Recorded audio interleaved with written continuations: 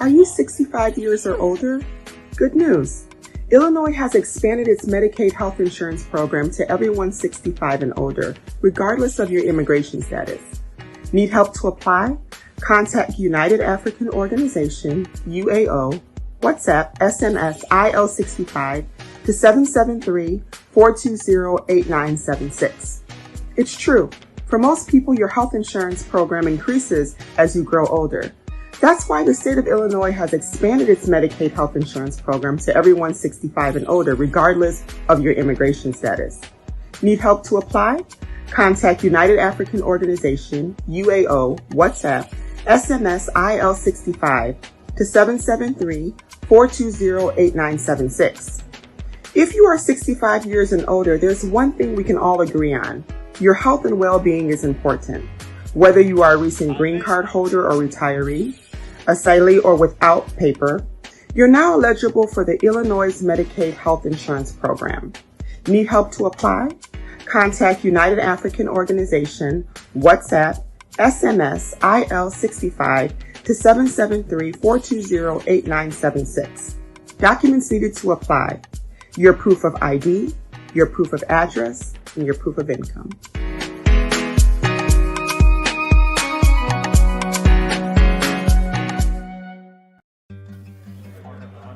Just one more pic, JJ, please. Oh, Mama, really? Smile. It's not every day my eldest son graduates.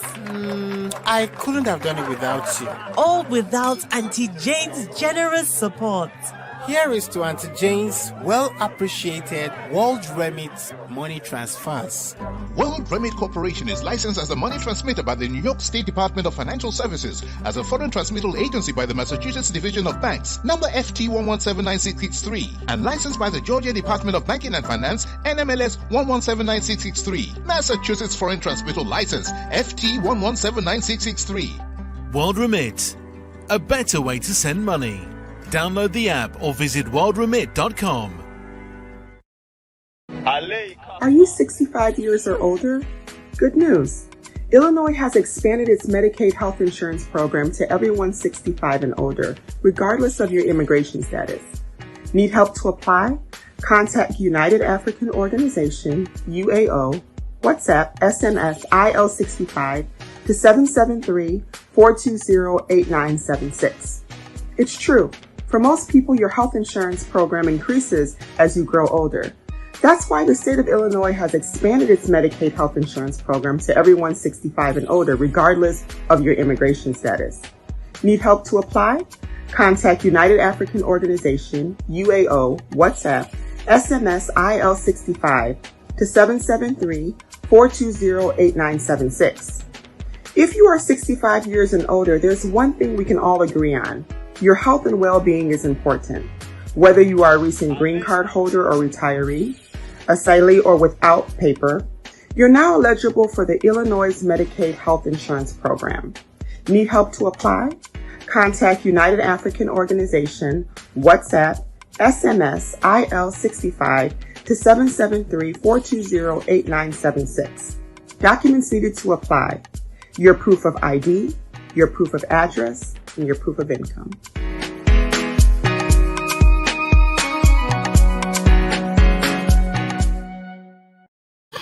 Hello, good morning, good afternoon, good evening, wherever you're watching from. My name is Alfred Amuzu, and this is the Ghana Agenda for March 5th, 2022. This is the independent edition of the Ghana Agenda, and we'll be assessing Ghana, a country that is 65 years old, and how we are doing from all angles. We look at how we are doing economically, our political dispensation. How is that faring? Are we controlling our citizens from a security standpoint in the best of manners? So that's it's one of the key issue that we'll be looking at today. But we also have a table for discussion absenteeism in Parliament and the special case of Adjo Asafo. And we'll take a look at what Article 97 has to say about that. Now, we'll also look at Oliver Verma and what he has to say about coup d'etats, and even recently, the lecture we heard from Professor Tuguba, where he also mentioned the fact that Ghana is ripe for a coup. So we are looking at all this in the context of a country that is 65 years old, self-dependent or self-governing for all these years. And at this point, we are still talking about whether we are ripe for coup, whether our economic conditions are not in the best of conditions, which is one of the catalysts or the causes of where we are today, and whether even the mentioning of the word coup itself, it's something that should attract the attention of the security forces. So these issues, I will be joined by my special guests, all my regular panelists in this matter. I already have one of them in the studio in the person of Lifetime Legacy. Is a punctual, on time all the time, and we love him for that.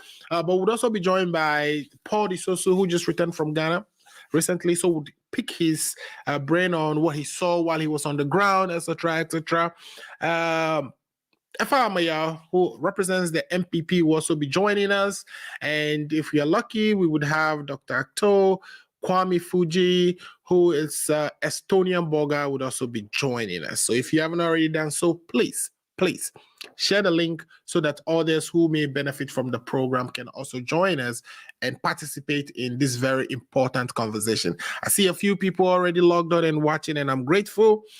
And I'm waiting for you to share the link so others can join. Please, the benefit of this program is that we've seen all the programs for the weekend. We've watched Newsfile, we've watched them all, and we are boiling all that down in one single take. So if you are a fan of those programs, by all means, please go and watch them. But at the end of the day, come and join us, and let's break down some of the things we've heard or some of the things that has been discussed on the other programs so that we can put this on top of all of them.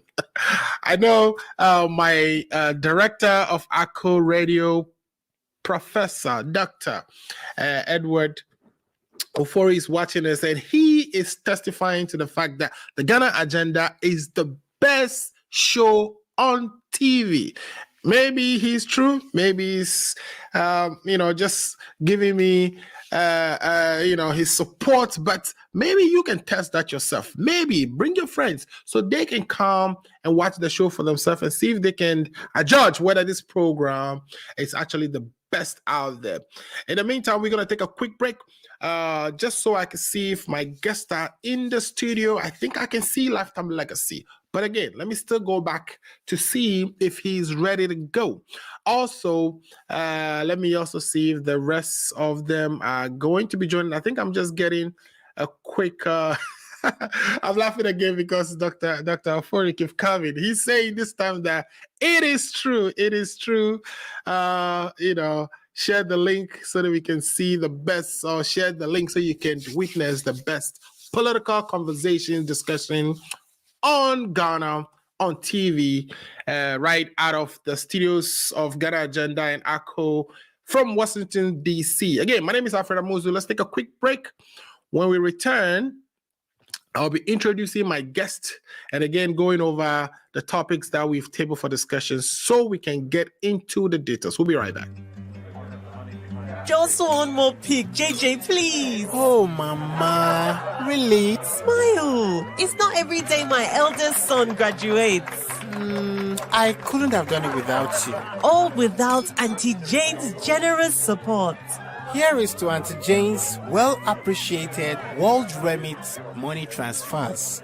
World Remit Corporation is licensed as a money transmitter by the New York State Department of Financial Services, as a foreign transmittal agency by the Massachusetts Division of Banks, number FT 1179663, and licensed by the Georgia Department of Banking and Finance, NMLS 1179663, Massachusetts Foreign Transmittal License, FT 1179663. World Remit, a better way to send money.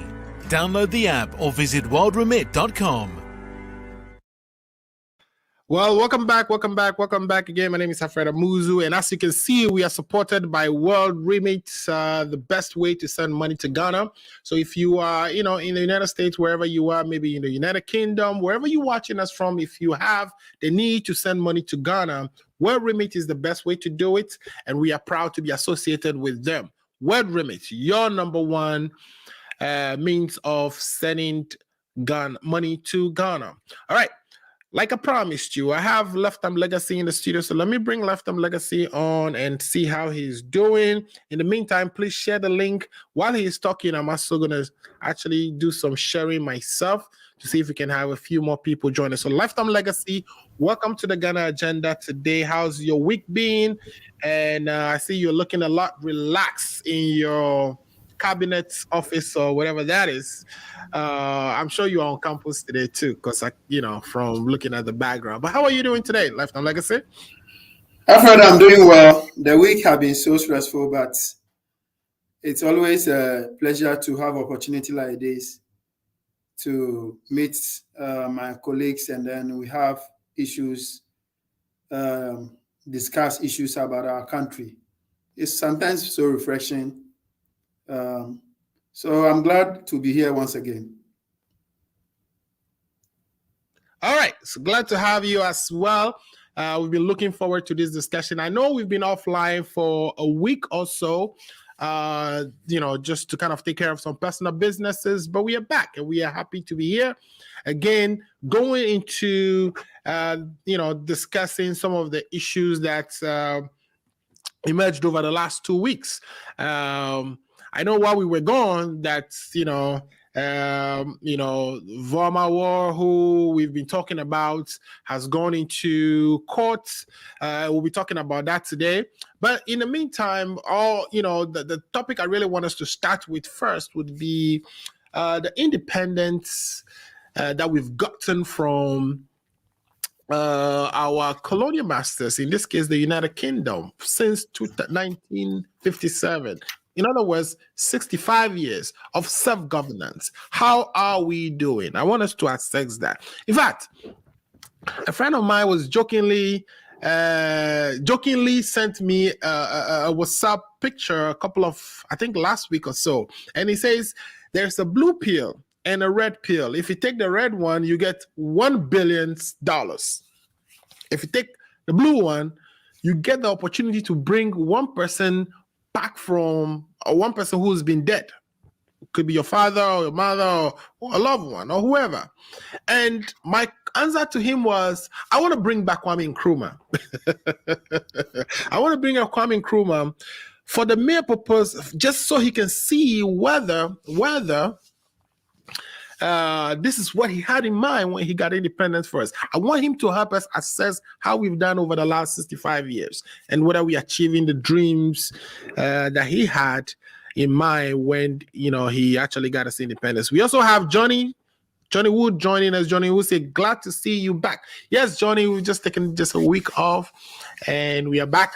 Of course, we'll be here. We are not going anywhere. Every Saturday, we'll be here, providing our thoughts and, take on issues that are occurring in Ghana. By the way, Lifetime Legacy, any preliminary words before we start the program so that I can, assess how, you are going to be tackling issues for the day? What are some of the few things or foundations that you want to lay before we jump into the conversation? Do you want my comment should be on Ghana's independence? Anything you want to talk about initially while we are waiting for our friends to join? One of the things too is gas prices are going on up in Ghana.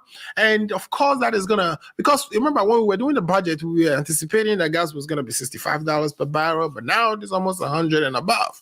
And that should actually add to our revenue envelope. So, in that context, should we still be worried about e-levy? Also, gold prices have skyrocketed. If you quite recall, I shared an article with you which talked about the fact that the fight in Russia is causing many countries and even people to think again of whether the dollar is a proper way to proper way to save their money, if it's a store of value, if that is the best store value they can actually get for their money. Because imagine that the United States quickly shut Russia out of, the financial system, the SWIFT system, and et cetera.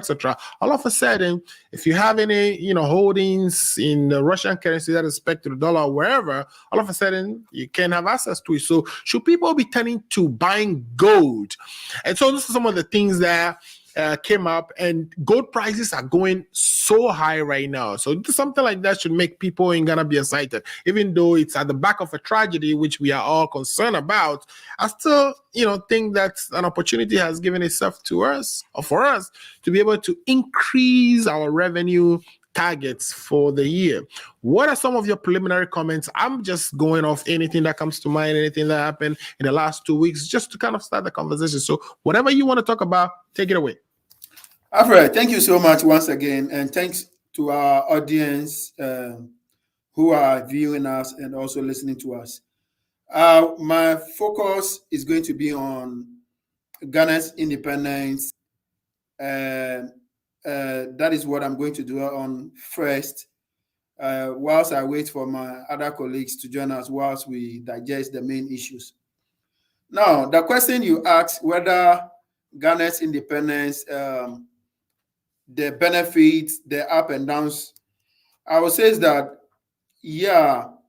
65 of a nationhood, if Ghana were to be a human being in Africa by now, it should be on a retirement or be on contract. If it is a government institution, it will either be on contract or be on a retirement by now. Now, how useful have our 65 years as a country been? Well, I would say we had our up and then we had our downs. The up were moments where when we have the likes of the great son of Africa, Nkrumah, in affair.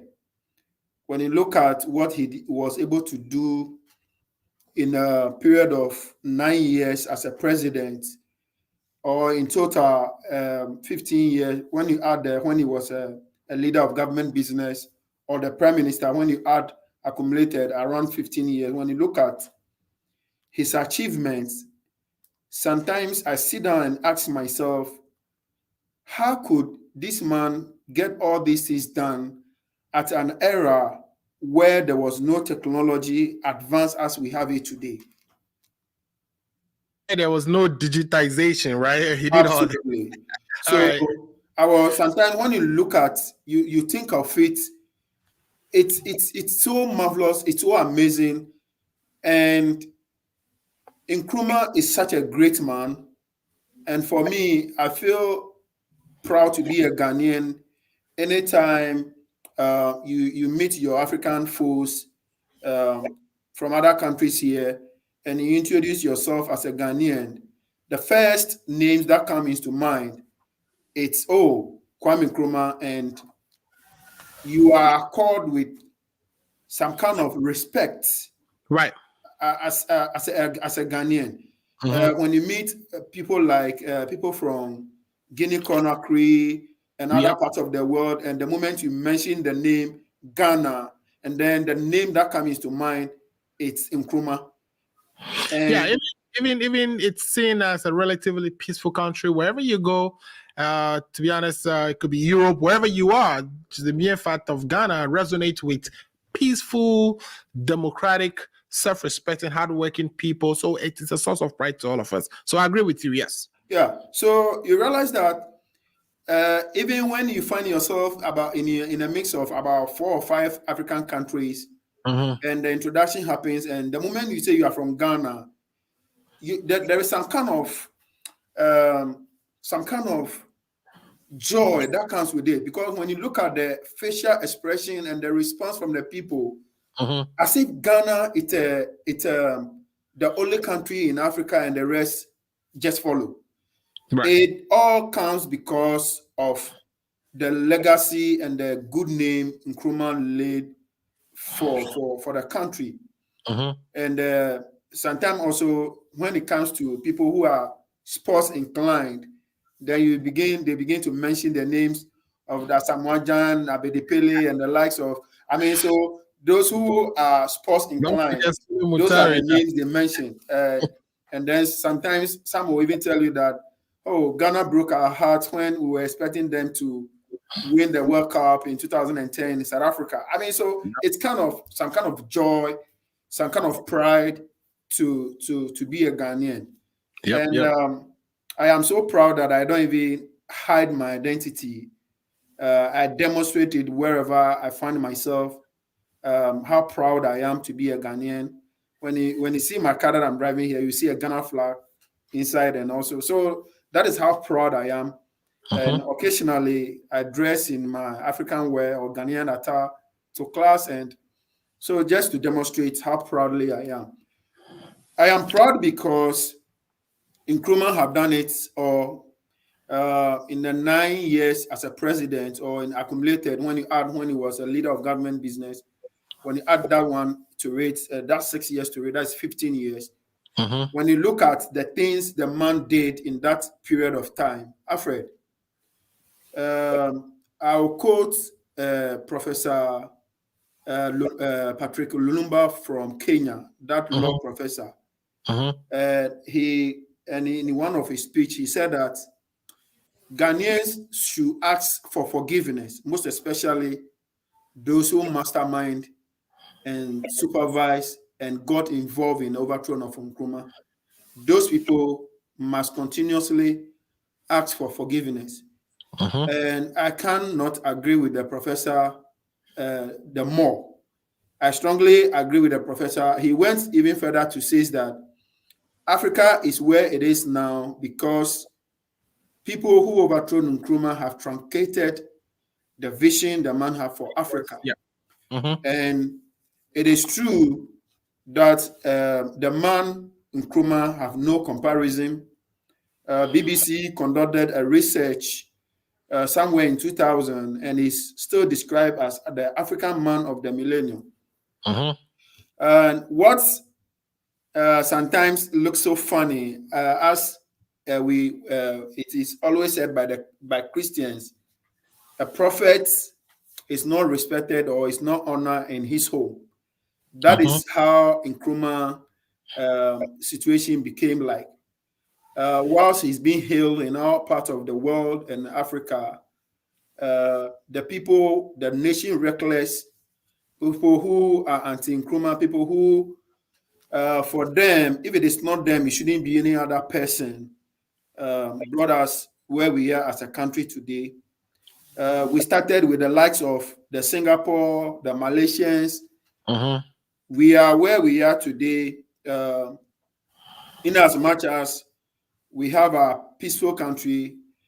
I think that if Nkrumah were to be alive, by now Ghana would have been like compared to Malaysia. If we were to be in charge, Ghana would have been, in a better place than we are currently. That's what you meant to say, right? No, I use the word alive because even if he's not in power and he's enjoying his peaceful retirement, the man is full of wisdom. He can still be an institution where knowledge and wisdom could still be tapped from. Right. So that is why I use the word if he were to be alive and he wasn't overthrown and he went on a retirement peacefully, he will continue to be an asset, not to only Ghana, but the whole of Africa. Right. Somebody says that the difference between the developed world and Africa or Africans, what makes us so unique is that when we elderly people grow, we leave them in the house and then continue tapping their rich knowledge in terms of experience they have gotten in life. Right. Unlike the developing world, like the American and the Western part of the world, when an elderly person grow, they are put in a home. All right. Okay, so let me bring in. I didn't catch you up or anything. I just wanted to kind of be mindful of time. Let's bring in Paul DeSoso as well. Paul, are you able to talk to us? Because we can see your face, but we know that you are, in the studio. Yes, Alfred, I'm able to talk to you. Okay, so Paul, the topics we table for discussion is, we're 65 years old as an independent country, governing ourselves, based on the idea that, the black man is capable of, running his own affairs. Would you think that we've been successful doing that for the last 65 years? Well, thank you very much for having me on the show this afternoon. And I just want to say hello to my co-panelists on the show, and then to say that, yes, the black man is capable of managing its own affairs. But unfortunately, for the last past 6, 7 years, we've seen that, that is not the case. Because when you look at from the independence day, when we attained independence, till Right. 2016, 2017, when we handed over to this super incompetent government, you could see that Ghana has retrogressed. Instead of it progressing, it is retrogressing. I'm not here to, say that, the NDC government also had to have no fault. They had their fault, but you could see at least that the country was progressing in the right direction. But I can confidently tell you that for the 5 years that this super incompetent government has taken over the affair of this country, of our beloved country, Ghana, we are not seeing progression. We are rather retrogressing. And it's unfortunate, and it is very interesting to have this president who told us that Ghana is beyond aid. But as of now, Ghana has borrowed over 320 something million. Under this government, they borrowed 241 billion Ghana cedi, and nothing can be accounted for. So how can it be that Ghana can be on its own, or the black man is capable of doing its own or steering its own affair? But look, Mr. Muzi, we do have a lot of problems, like myriads of issues. For instance, we had electricity issues in the past where we are unable to support our country, the country's needs. We had issues currently of big time youth unemployment, etc. You can say all that is something that has been strictly contributed to, or you can blame all that on the current president, would you? And let's work on the fact at the same time. Mr. Muzo, I am saying to you that let's talk about the electricity sector. Right. The electricity sector was developed under the PNDC/the NDC. Most of the electricity that was sent to various as part of the region, now we have 16 regions in Ghana, were done under the previous administration. Right. Can we ask our good friends from the government NPP, how many percentage of electricity have they contributed to the national grid? And it is less than 4%. You understand me? And for them, with if you look at the traditions, though, you know, the Dankwa tradition, which is the NPP, will say that in the times that they've been in charge, they've introduced things like the Bui Dam, which also contributed to the capacity that we currently have.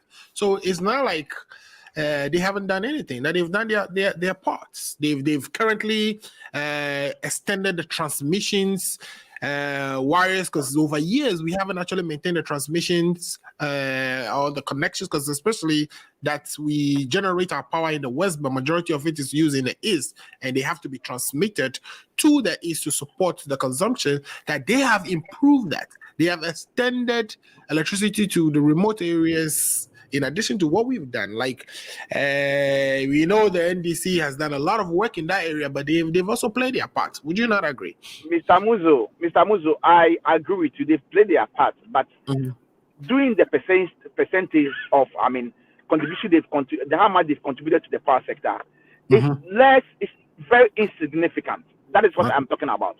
Look, Mr. Muzo, the Bui Dam, how many power is the Bui Dam generating to the national grid? Can you tell me?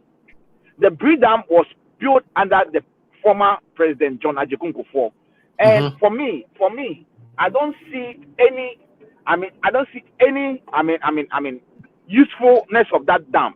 That dam is just using, or they are just transmitting less than 200 and something kilowatt of power to the national grid, which is not enough. Right. I'm saying that I'm not saying that they've not done anything. I'm saying that looking at the number of years they've been in power, Kufuor's era with the Bui Dam in operation, talking about this current government, they have not even added 1 megawatt of power to the current generation power.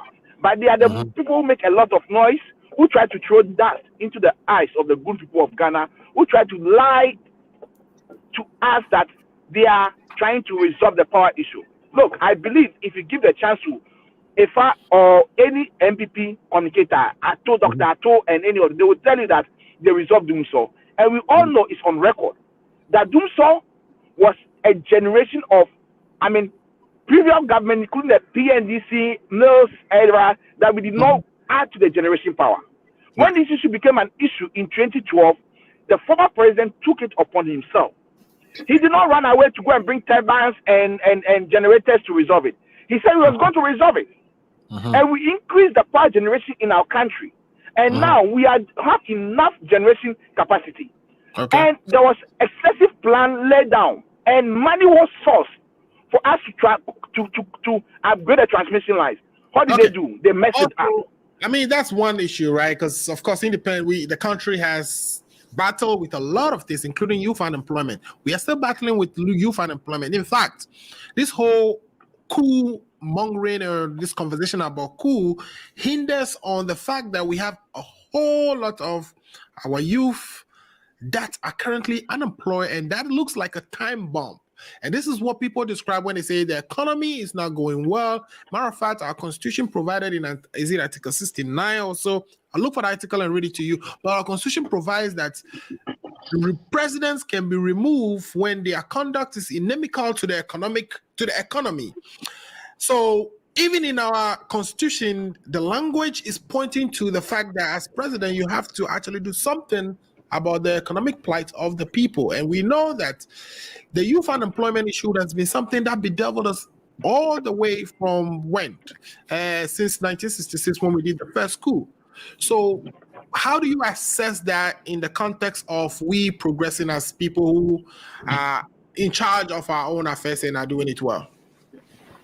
Mr. Amuzu, when it comes to the youth unemployment, it's been an issue since ages. We all agree. And successive government have been trying to work to, create direct and indirect jobs. Example, when you take the former administration example, His Excellency John Dramani Mahama's era, we invested huge in the construction sector. Right. Look at the buildings that were put up. They created direct and indirect jobs for a lot of people. Instead of this government coming to continue with the project that they were working on that they couldn't complete it, this government decided to suspend all the project, the road construction. They suspended all, and then they said they were going to conduct an audit into these things. Right. At the end of it, they spent $1 billion in conducting this audit. What was the outcome of this audit that they conducted? Waste of money. I am saying if they've had maintained what His Excellency John Dramani Mahama was doing and have continued, with the construction sector, infrastructure sector, building more infrastructure, they could have created more direct and indirect jobs.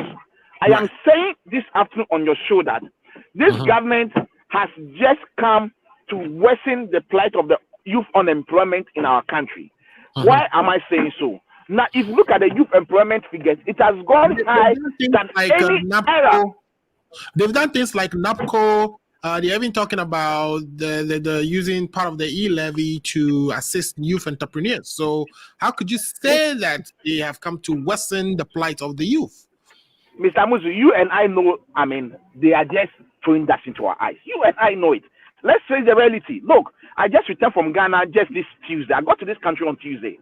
And look, it is very, very, very, very, very dangerous. As you said, Ghana is sitting on a timing bomb.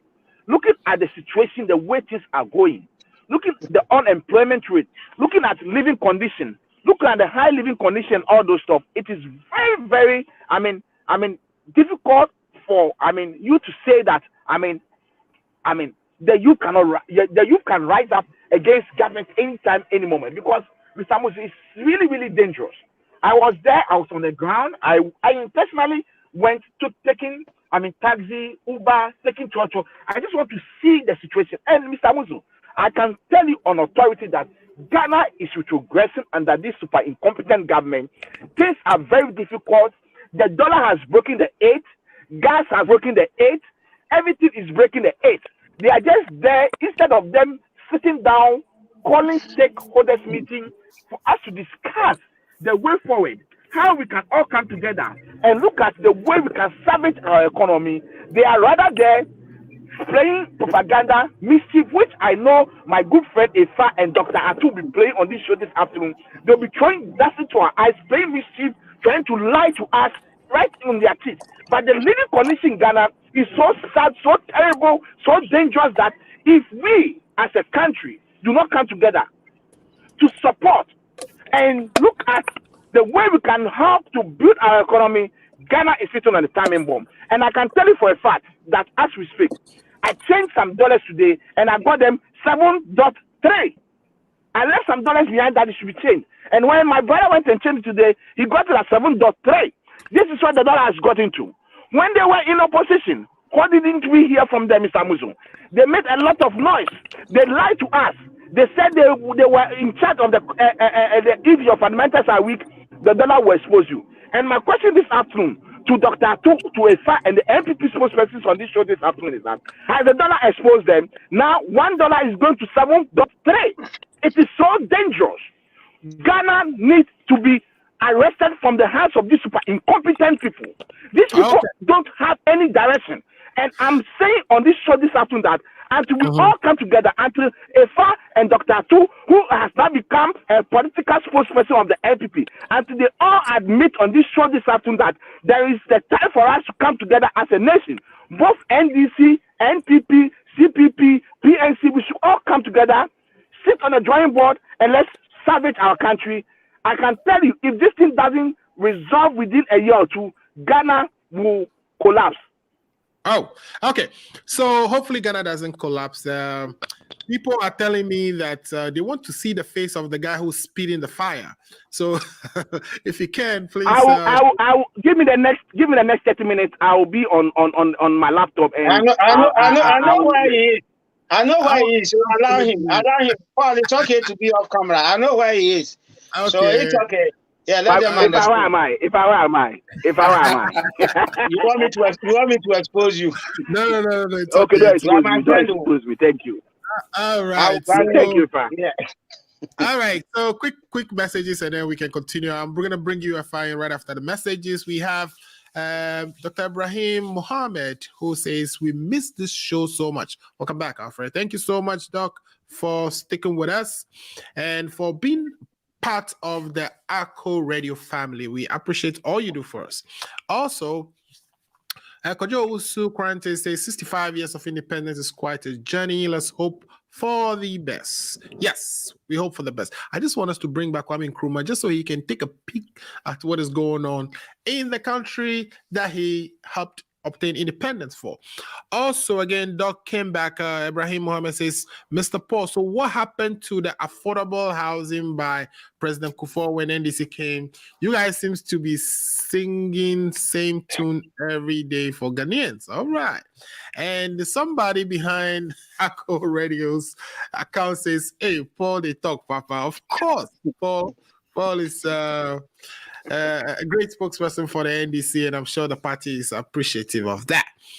Joseph Kwame Nemo Poku says, watching you live at Obuasi, keep the good work going. All right, Joe. Thank you so much. Tell the people of Obuasi that we are behind them. It is appalling that a city as beautiful as Obuasi, where we get all the goats, has still not seen its fair share of development.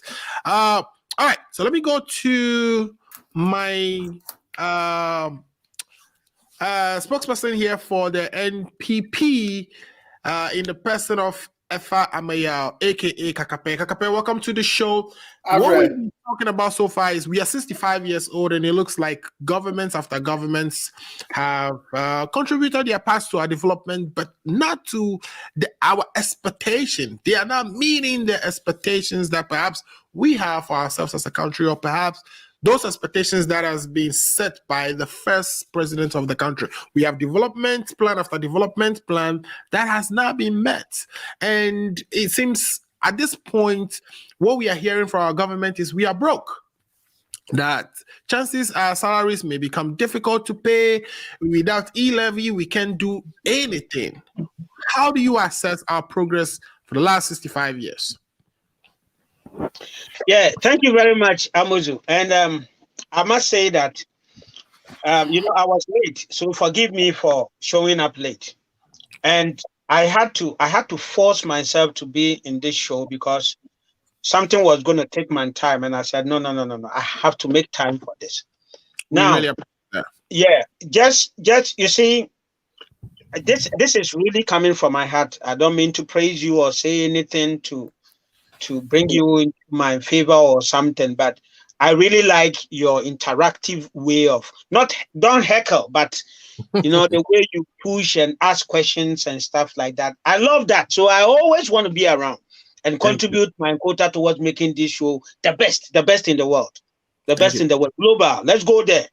And let us all have that resolution in our minds that when we come here, let's be truthful, let's be accurate. Sometimes we get it off because we're human, right? Let's be accurate.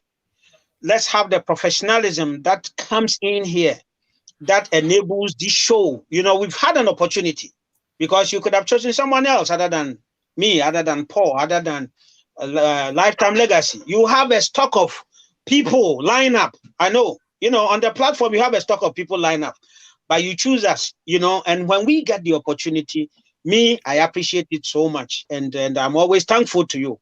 And I also will encourage our audience. Come. I like the one that you said, the guy that said they missed this program so much.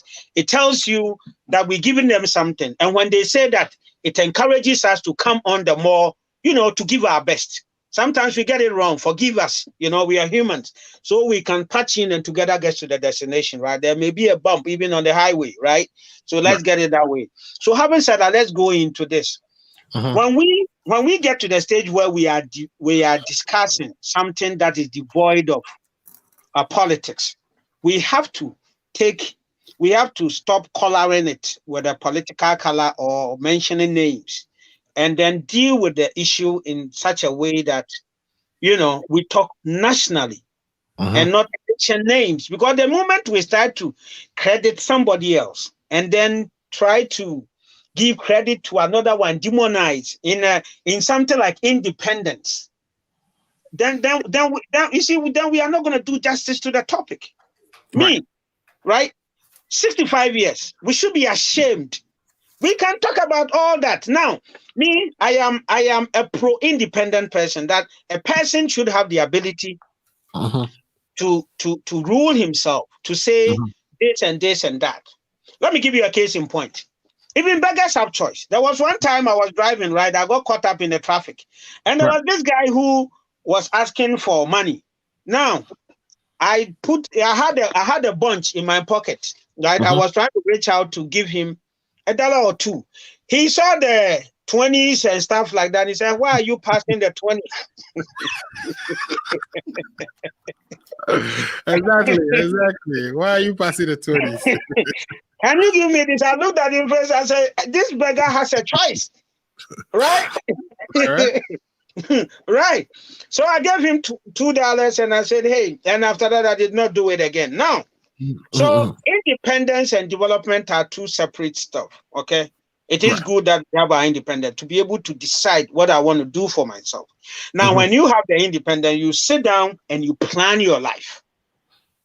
Any life unplanned will end up at the age of retirement without a house, with nothing, and start begging for stuff.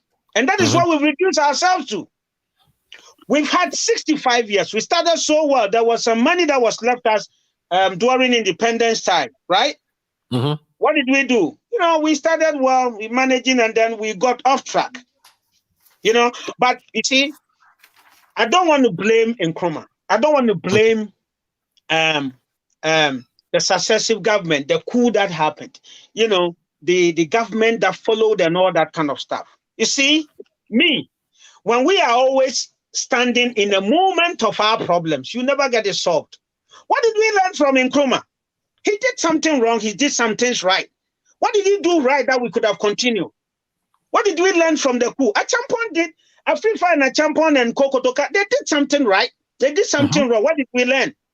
Rawlings came, he did something right, he did something wrong. What did we learn? Kufua, Mills, Mahama, they did something right, they did something wrong. What did we learn? Akufo-Addo, he's doing something right, he's getting some things wrong. What are we learning? And how do we proceed? Right? So that is the conversation. We are humans, and we are always not going to get it right. Let me tell you, even free SHS, somebody don't want it. You got to get the things right. But you look at it in that perspective and say, okay, so what is the issue that is bringing the opposition to free SHS? What is it? Can we look at it? Is it a way that we can do something about it? And then government makes a decision, we move on. Okay. So when it comes to unemployment, we have a problem. With unemployment, we have challenge with opening up our country regionally and inner roads and stuff like that. So road is a problem. Infrastructure is a problem. Hospitals is a challenge. Okay. So what I want to see is that, you see, we have two big political parties here talking. Someone says Agenda 111. Can we achieve it? Okay. If we are able to achieve it, it's good, right? So what will you add to that? Free SHS. Maybe the way we are handling it, you don't like it. What is your distinct to that? Employment. Okay, we have the NAPCO. Kufuor's time, we had a youth unemployment where they employ people little, and a host of other stuff. So how are we going to get there? That is the conversation we should have as a country, and not NAPCO is this. I did 5,000 this and I did that and I did that. It is your duty. Mahama said it, that, infrastructure is the duty of the government. Infrastructure is your duty. So why are you, so what? We still need more. So tell me what you can add on to it. Okay. So 65 years, me standing here, we still have more to do. I hate to see our leaders go. I'm not saying this because of, I don't want to mention name. Right? But I hate to see our leaders, unless it is a specialized, a very, very highly specialized medical condition. I want to see them going on routine medical testing outside. No. How about in my village? You see, last year, my family member died because he had a kidney problem. We were going to take him to India, right? It was going to cost about $20,000. By the time we gathered the money, the situation has worsened and he passed. Right. How about him? And the host of other people that are dying every day in our hospitals. In fact, for heaven's sake, the executive and parliament are there to make sure that the people get these things. But what do? They are interested in the loans they're going to get. They are ex-gracious. They how much money and how much V8 and stuff like that they can be in. It is good. We've given you this. But how are you giving us these things? How are you improving upon our schools? Right. And these are the things we do. So when we come here and you're telling me that, okay, we still have some schools that needs to be built. We still have some hospitals, but I did better than you. We still need more. Okay? So we want the discussion to focus. I want the discussion to focus on. And I want us to ask like, oh, so the Agenda 111, where are we now? How many have we started? Right. I don't have the statistics now, but these are the questions that puts us there. Okay. UTAG is on strike. What are we doing about that? Are they going to go back? Because it affects everybody in the country, right? The roads. Okay. E-levy is not passing. What is the alternative? We need the money to continue. If the e-levy doesn't come, the things that the e-levy is going to do, what are we going to do about that? We have a discussion and then we move on. I think sometimes we must move away from, I am an MPP, so I'm going to come and polish my party and demonize the other one. There are specific topics that call for that. We can do that. But when we talk about independence, are we happy with what's happening? You see, listen, Rollins came, Mills and Mahama came.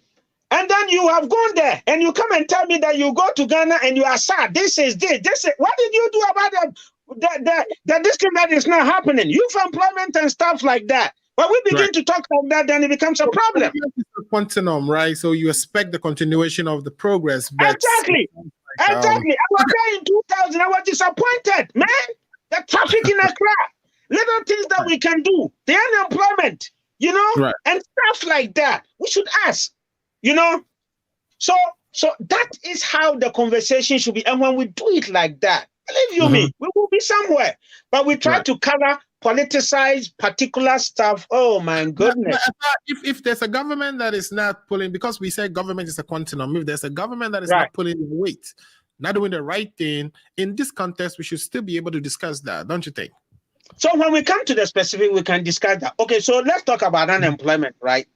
Like I'm saying, I had wanted, you see, then be specific if you want to go on that. Kufuor came and he did the youth unemployment, right, where he was recruiting 2 years, putting the kids into police and fire and stuff like that. We came with NAPCO. Maybe somebody will say that, oh, government owes NAPCO. Okay, so government, since when has NAPCO been there? Government owes. Government is going to pay. You got my point? Exactly. So something came in to cushion it. So how can we improve and add on to that? That's what we need. The factories. You know, the factories. We need more of the factories because the ones that we have so far, they are not absorbing the number of unemployed youth and the number of unemployed Ghanaians. So how can we expedite that? I get that conversation and I'm okay. But don't come and say, oh, when it comes to employment, the construction sector and stuff like that. Okay, so Pokwasi is not a construction thing. The construction, the roads and stuff like that, they are not constructions and stuff like that. They are constructions. But you see, if you want to use let me conclude. If you want to use Sagrame, okay, any government that comes, you see, you asked a very important question. Have you heard anything? All the affordable housing project. Did you hear that Kufuor's affordable? There were any challenges with it, but they left it. Those are the issues. That there is a project, there is nothing wrong with it, and then you leave it. No. That one we have to come and fight the government on that. Okay. Thank you. All right. Yeah, that's this is why the Ghana agenda is interesting because of the firework that we get here on the week-by-week basis. And again, we are really appreciative of that. So a couple of comments came in so far. Togbi Henyo, who is a chief all the way from Aflao, is saying that great job, folks, and Afa, I'm with you. So, even the chief of the Ketu staff are with you, Afa. which is good. Togbi Henyo, thanks for watching, and we appreciate your support all the time. Johnny Woods came back to say, if Ghana is broke, I suggest we cancel this year's independence celebration as was done in Tanzania a few years back. So, that's a good idea. Perhaps we should cancel the independence celebration to save a little bit of money, right? Because we say we are broke.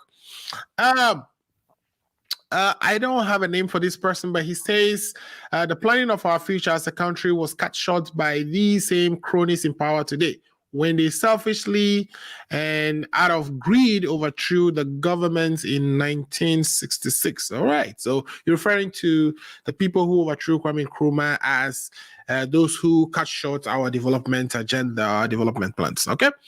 All right, we'll take it.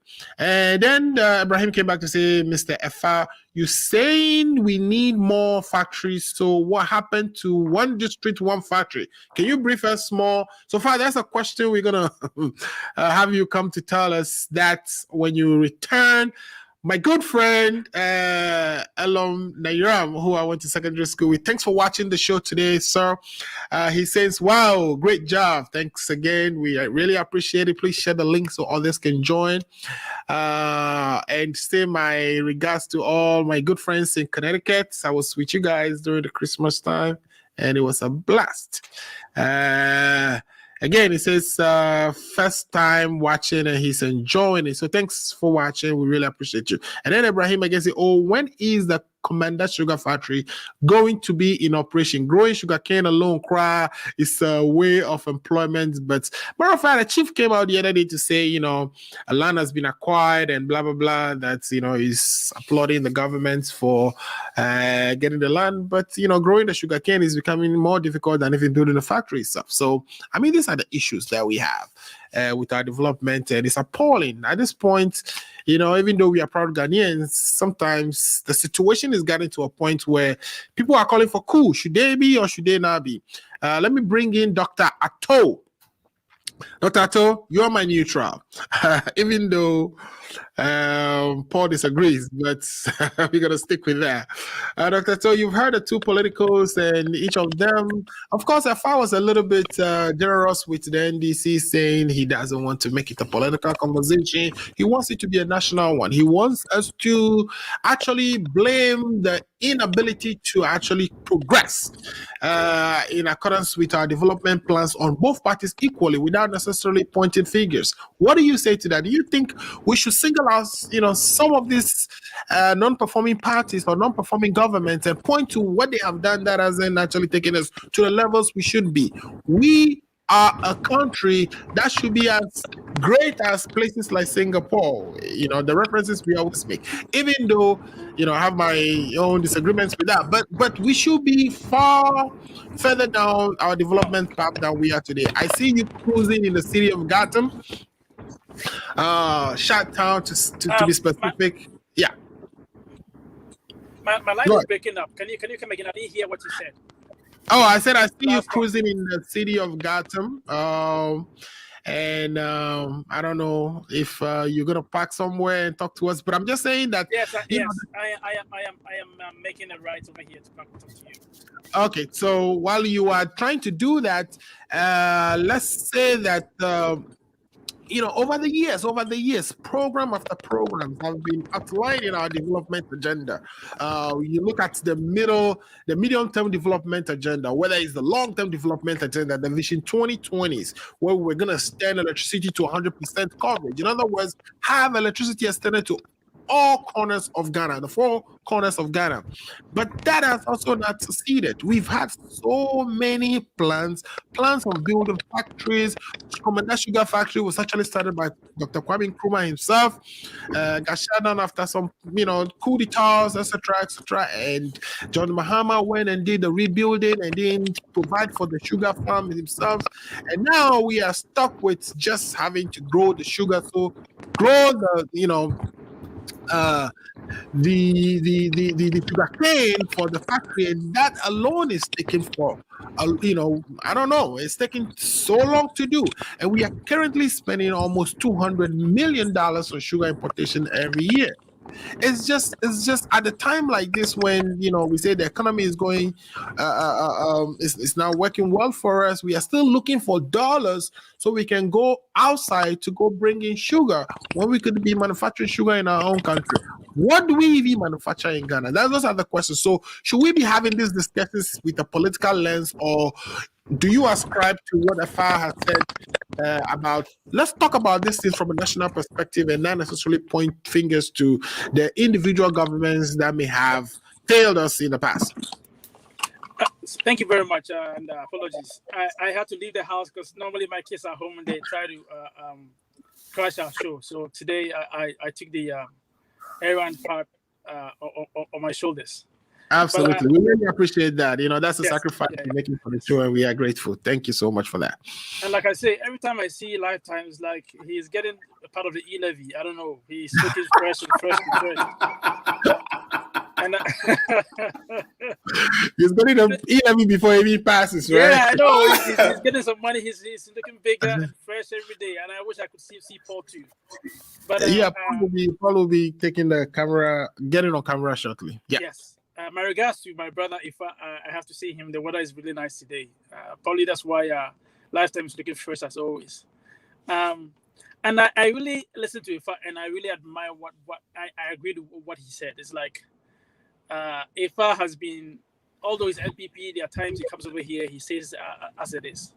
Right. I mean, Kwame Nkrumah said that the black man is capable of managing his own affairs.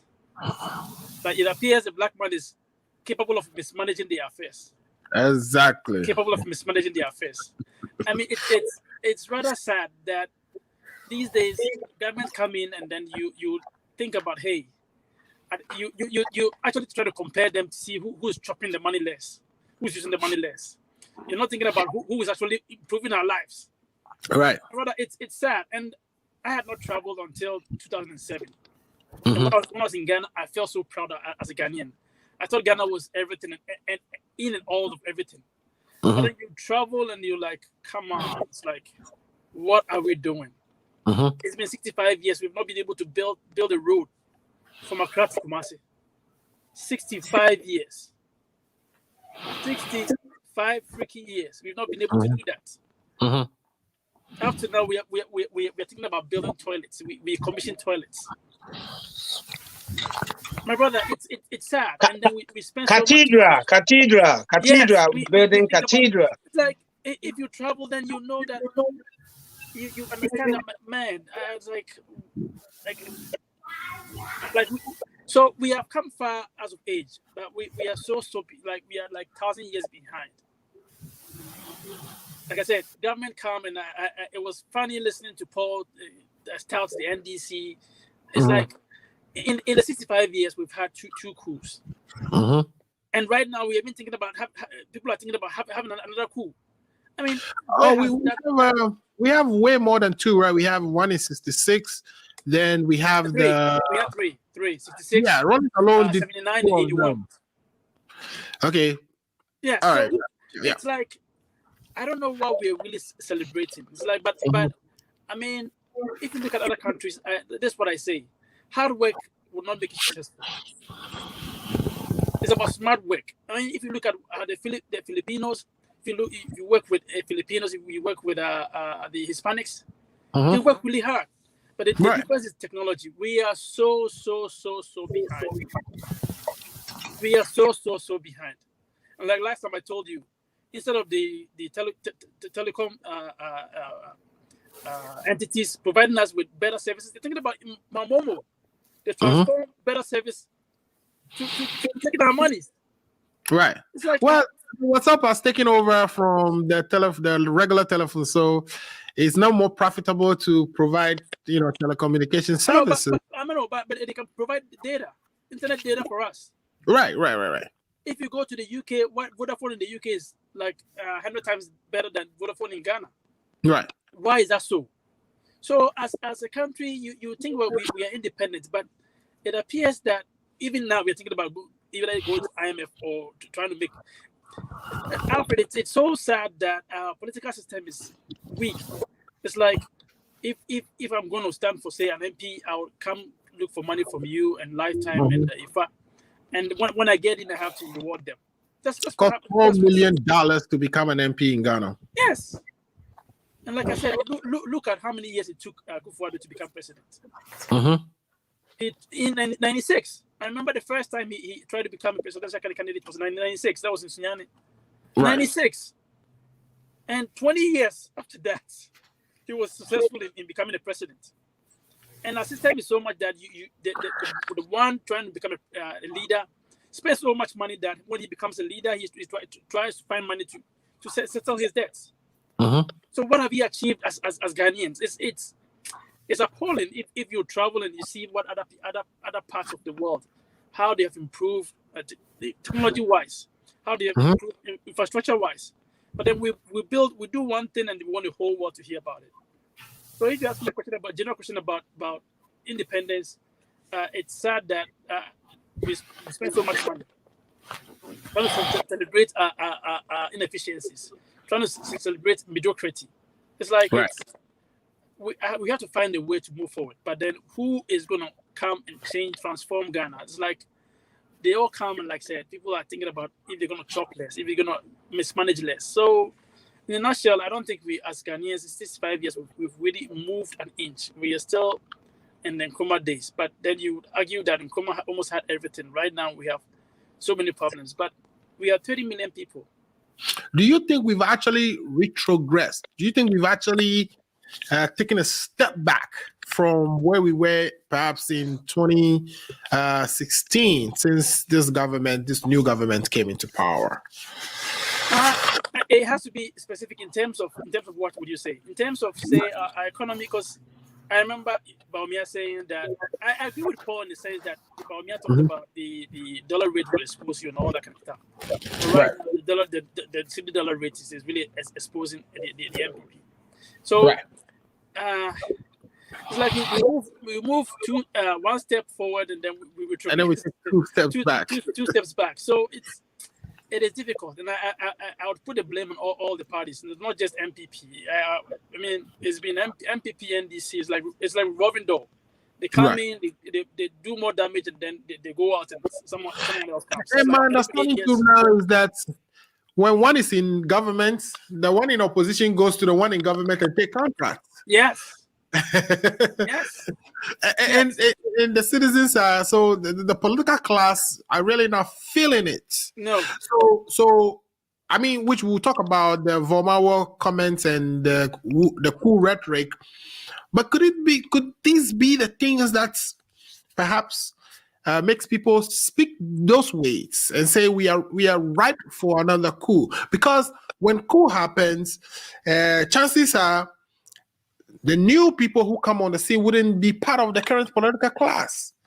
No, but Alfred, we have a precedent. I mean, Rollins talked about the coup and how he was going to transform. He was going to be a junior Jesus, going to transform everything. Owning the toilet roll was like a luxury. But look at what he came to do. It's like he killed so many people. So many people lost their jobs, lost money. Then when he came, his probity and accountability turned out to be a farce. It's like, so I would not support any coup, and I would because it has not benefited any kind of even autocracy. Coup has not helped. Look at Libya. So it's the frustration. It's we're in a dire need. We are in difficult times these days. But I don't think it warrants somebody even calling for coup, because coup would even take us like 20 years back, and it's going to be difficult trying to make our economy back to where we want it to be. So I don't think the coup talk is really necessary. I think it's reasonable that people even think about having a coup in Ghana. All right. Okay, great. So a couple of people are watching. My friend Filippo is watching. He said it's a great discussion so far, bro. And I'm always, amazed with the type of presentations that I get here on a week by week basis, from Dr. To all the way to Paul Isoso and Afar Lifetime Legacy. And I'm sure the listeners and viewers are also enjoying it. So let me read one more message, take a quick commercial, and come back to talk about absenteeism in Parliament. And I want to say a few things, make a few observations. Can you wrap that up because I want us to move from this topic. So if you can do that in 1 minute, that would be great. I can do it in 1 minute. Sure. You see,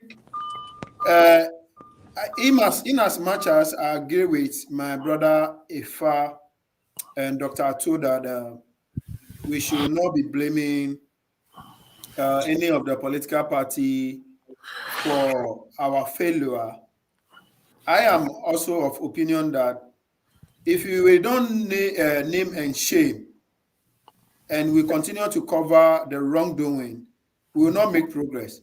Alfred, why am I saying this? If Nkrumah was not overthrown, okay, today you and I will not be on this platform talking about job unemployment.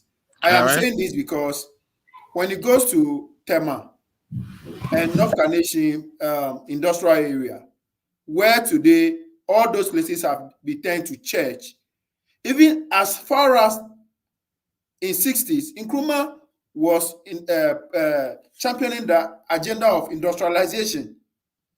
You get it? Today, all those projects, those factories, those industries have not turned into religious worship places. So we have somebody to blame. Those who caused the overthrow of Nkrumah, caused the downfall of the country, created the increase in unemployment, the unemployment situation we are talking today. You get it? So there is no way we can talk about the current without looking at what happened in the past. You get it? So it is still important that we talk about the past, name and shame those who caused the overthrow of the man, or those who truncated the progress of the country. That is the only way we can make progress. Because if you fall down in one way and you don't look at where you fall, and you just get up and you start running, there is a tendency that you fall again. But if you know, so in other words, saying if we don't learn from history, chances are we may repeat history. Absolutely, that is what I want to say. Okay, so it's interesting that you even mentioned the church and the factory thing, because when you come to the West, you see churches are getting turned into restaurants and into factories. But you go to our side of the world, factories get turned into churches, and then we go to the churches and pray for jobs. Okay, let me read this last comment quickly from Ibrahim, which says, "Cool detour." It says, "There is no way Comment on what? Yeah, it says there's no way any sensible Ghanaian will accept, but wait, if coup come, then it means NDC and NPP all will be in opposition." Haha, great, Ghana sweet. Okay, I think I thought you were gonna say something. Yeah, quickly. So you see the danger in politicizing it is that when you take it from Nkrumah all the way to now, you will get the negatives and the positives. Okay, right. So for me, take it out, okay? And then going forward, what happened that you don't want? You mentioned Nkrumah was truncated. Okay, what occasioned the subsequent ones, especially the last one with Rollins? Why? Rollins came, put Liman there, within a few months, kick off Liman. Why didn't you give him a time? So the moment you begin to say that, then you justify Liman should have been taken, blah, blah, blah. Meanwhile, it has to do with education. What are we doing in the education sector? It has to do with the health sector. It has to do with roads. It has to do with human capital development. It has to do with unemployment. So, okay, this successive government have not been able to do it. Going forward, what is your policy? What are the way forward? And not go and name and shame. Name and shame, and then what? You name and shame, he didn't do it. You name and shame, it didn't happen.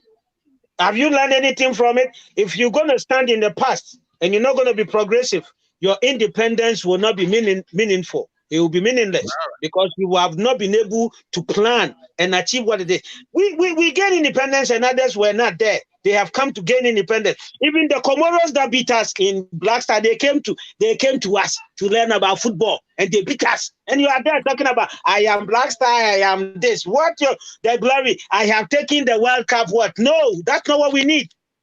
That is in the past. We want the current and the future ones. What have you put in place to ensure that we're going to get into the future?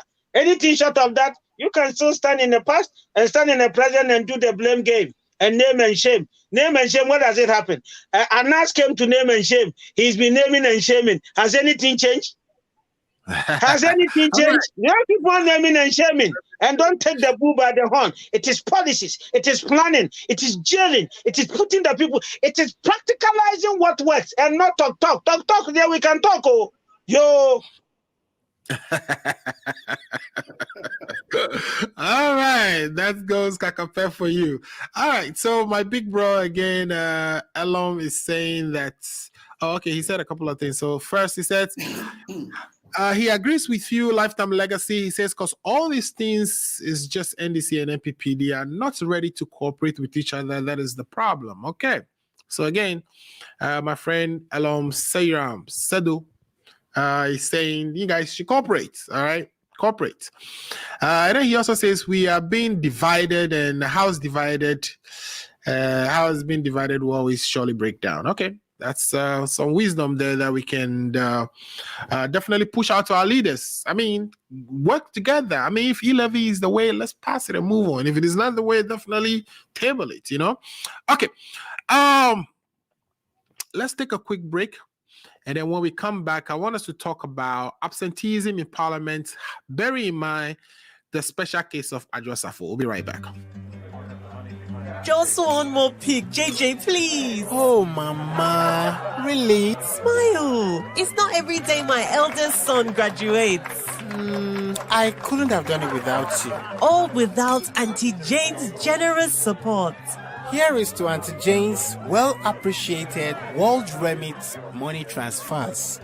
World Remit Corporation is licensed as a money transmitter by the New York State Department of Financial Services as a foreign transmittal agency by the Massachusetts Division of Banks, number FT1179663, and licensed by the Georgia Department of Banking and Finance, NMLS 1179663, Massachusetts Foreign Transmittal License, FT1179663. World Remit, a better way to send money.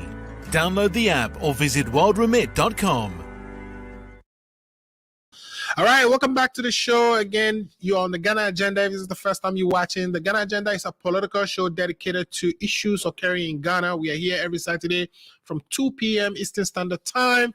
And usually we bring representatives from both political parties, the NDC and the MPP, to help us navigate the issues that we've tabled for discussion. So far, we've been discussing our independence for the last 65 years and where we are in terms of our progress, development wise, in terms of security, in terms of employment for our people.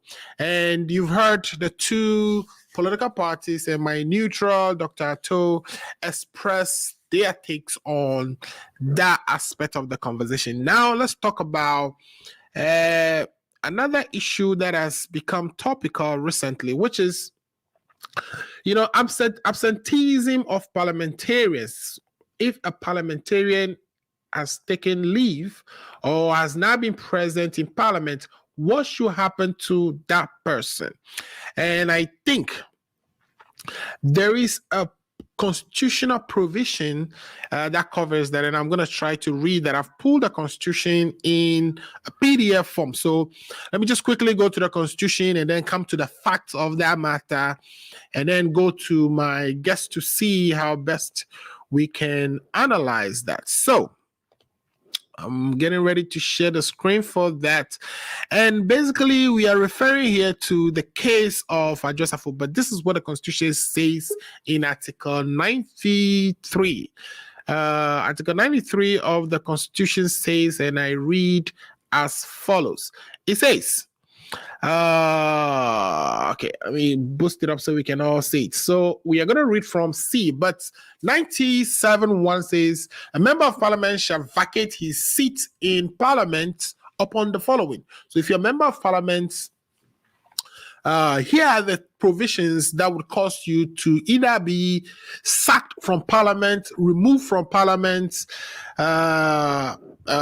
etc. And the A says upon dissolution of parliament. In other words, if the parliament is dissolved, for instance, the 8th parliament, which of the 4th Republic now, should be ending on, I think, the 6th of January 2025.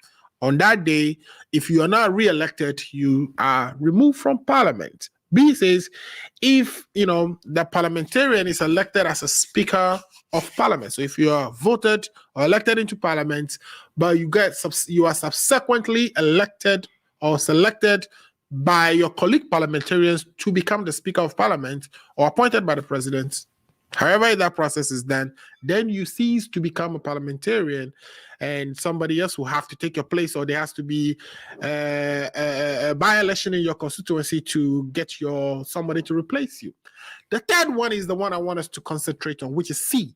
C says, if the parliamentarian is absent without the permission in writing of the speaker, and he is unable to offer a reasonable explanation to the Parliamentary Committee on Privileges from 15 sittings of a meeting of Parliament during any period that Parliament has been summoned to meet and continues to meet, or if he is expelled from Parliament after having been found guilty of contempt of Parliament by a committee of Parliament, or if any circumstances arise such that if he were not a member of parliament would have caused him to be disqualified or ineligible for election under Article 94 of this constitution. So C really is saying if the parliamentarian is absent without a written permission to the Speaker of Parliament, and that person has no what did they say? If the person is not able to explain or give any credible explanation, so let me take that part again. It says, or if they are not able to provide a reasonable explanation to, their, what do you call it? The committee. Let me see, what committee is that? The Parliamentary Committee on Privileges. Okay, so a couple of things. First, they have to have a written permission in order to be absent. Now, if they don't have that written permission, then they have to have a reasonable explanation submitted to the Parliamentary Committee on Privileges. And that is the only way they stay. Otherwise, they cease to be a parliamentarian or they are removed. So, the fact here are that we've had Adwoa Safo, who is the parliamentarian from Tomi Kwabenya in Accra. And she's been out of parliament for more than 15 sitting days. Matter of fact, she's been out since sometime last year. And apparently, when the e-levy discussion was going on, she got flown back in. From the tapes we've heard, we have Kamala Japan came to say, she was given a private jet to return to Ghana. She got flown into Ghana, but she still refused to go to parliament for one reason or the other. I read recently that she has asked for an extension in writing to the Speaker of Parliament that she's going to take 2 additional weeks because of her daughter not being well. So she's already broken Article 97C. Should she be removed from parliament? Let's start from you, Lifetime Legacy. I think you're mute, Lifetime. Thank you so much, Alfred. Like you showed to us, the Constitution is very, very clear that when somebody absents himself or herself from Parliament for continuously 15 days, the person have to be removed. Under the Fourth Republic, we have just a few occasions where that particular aspect of the Constitution was implemented. The one that comes to mind quickly is the Amwanti case, when he was jailed for narcotic offense. That is where that law was. That's what I'm saying. If you can give us the facts on Amwanti case, Amwanti being a parliamentarian who was arrested in the United States on narcotic charges that he was caught transporting drugs from Ghana to the United States. And while he was in custody in the U.S., he stayed in the U.S. in custody for months without a written permission to the Speaker of Parliament asking permission. Then eventually he wrote to his lawyers wrote to the Parliament asking that, this is the situation, that they were going to ask for him to be given indefinite permission to abstain from Parliament, to which Parliament came together and granted that. They granted him indefinite. So the President Parliament actually said is that if you are in trouble and you actually wrote to them, they were able to grant Amos Amwanti indefinite opportunity to not be in Parliament, which contradicts, what the Constitution provided for. So Kuku Azan, in this case, Kuku, Asari, was a professor here in the United States, a lawyer, challenged Parliament at the appeals court or so. And the ruling was that, Parliament should remove him, and he was effectively removed. So just to give a background, and then you continue. Thank you. So like I was saying, it was only on his occasion where we can say that law was effectively implemented. And apart from that, when you go to Parliament, I, as a political animal, some time past, have been frequenting Parliament for private stuff, to have engagement with some, my MP then, Honorable Fritz Bafo, and a few others. So that law have not been implemented depending on the party in power. In another situation where we nearly came close to the removal, or we have the situations where people cross carpets from one political party to the other, and then the law is implemented to that regard. So in a case, we have Professor Seni who one day got up and cross carpet and the law was implemented on him.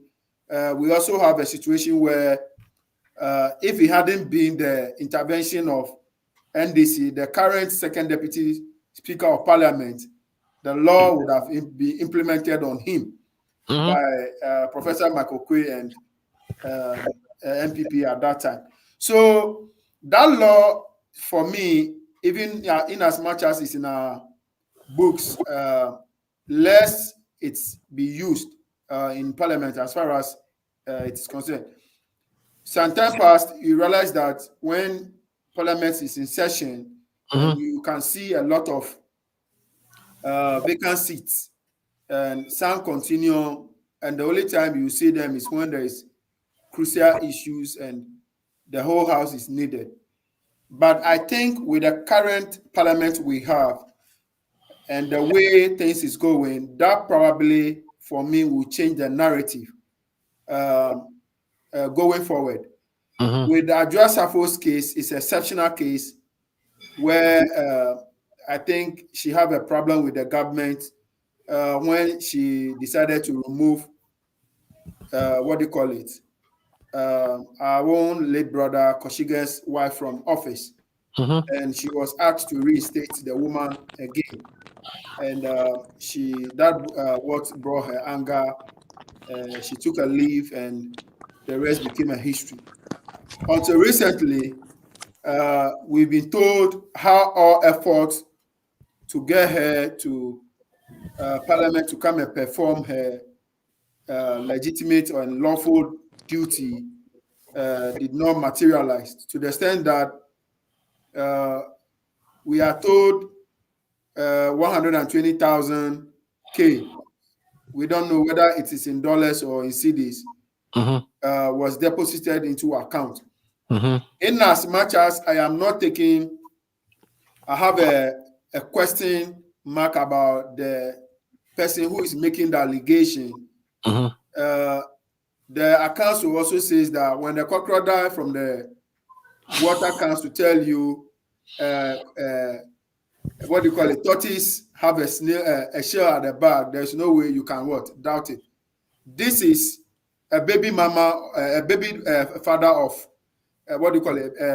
making allegation against a baby mama, and we don't have much money in the system.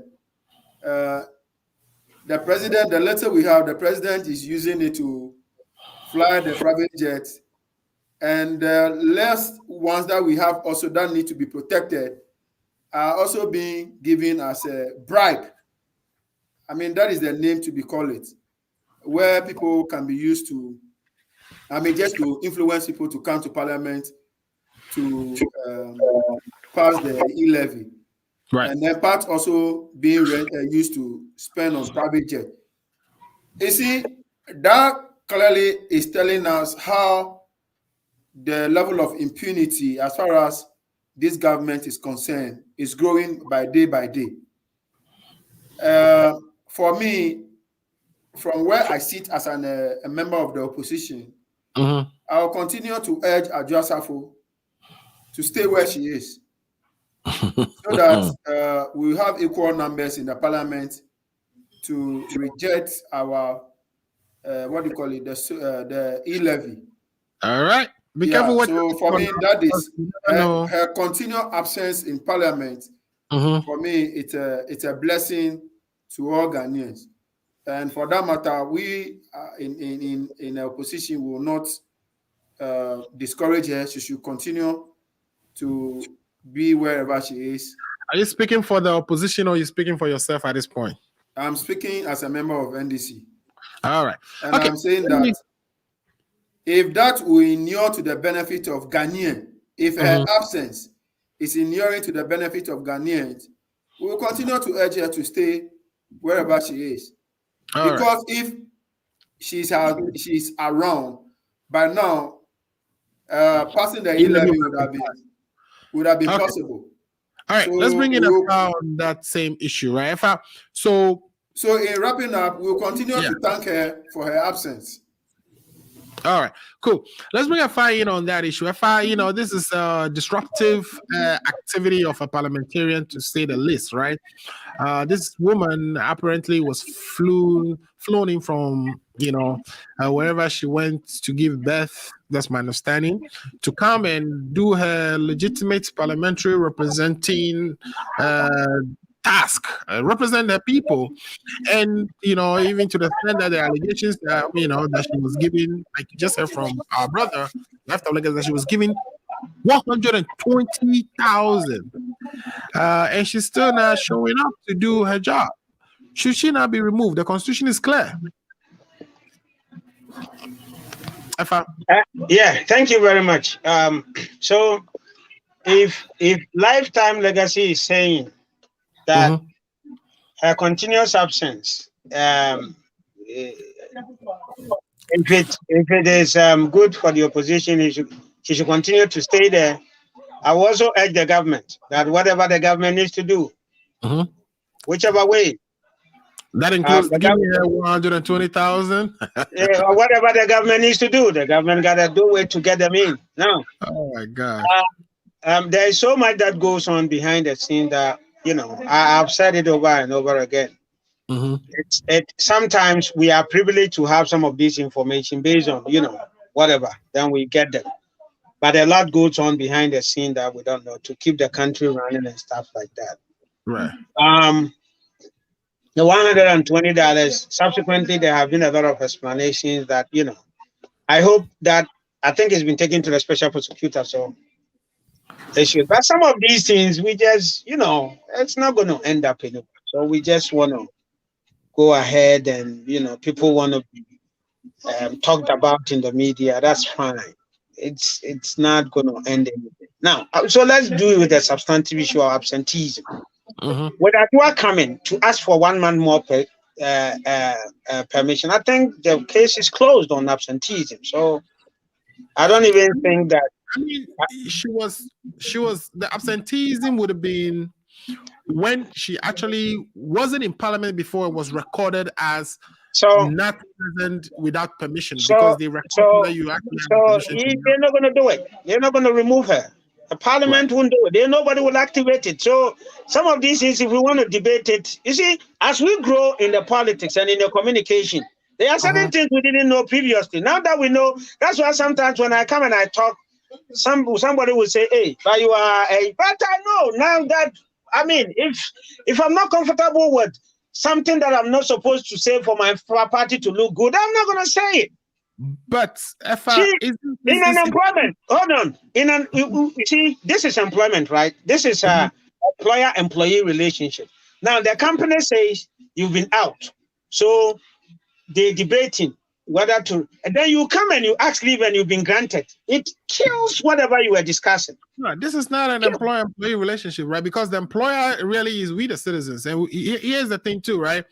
In that case, we wait for 2024, not what is happening. If we are talking about absenteeism, then it's Parliament, the government of Ghana, the Constitution, and Adwa. If it is about the citizens, then you wait for 2024. But it's simple. What we are really asking for is very simple, right?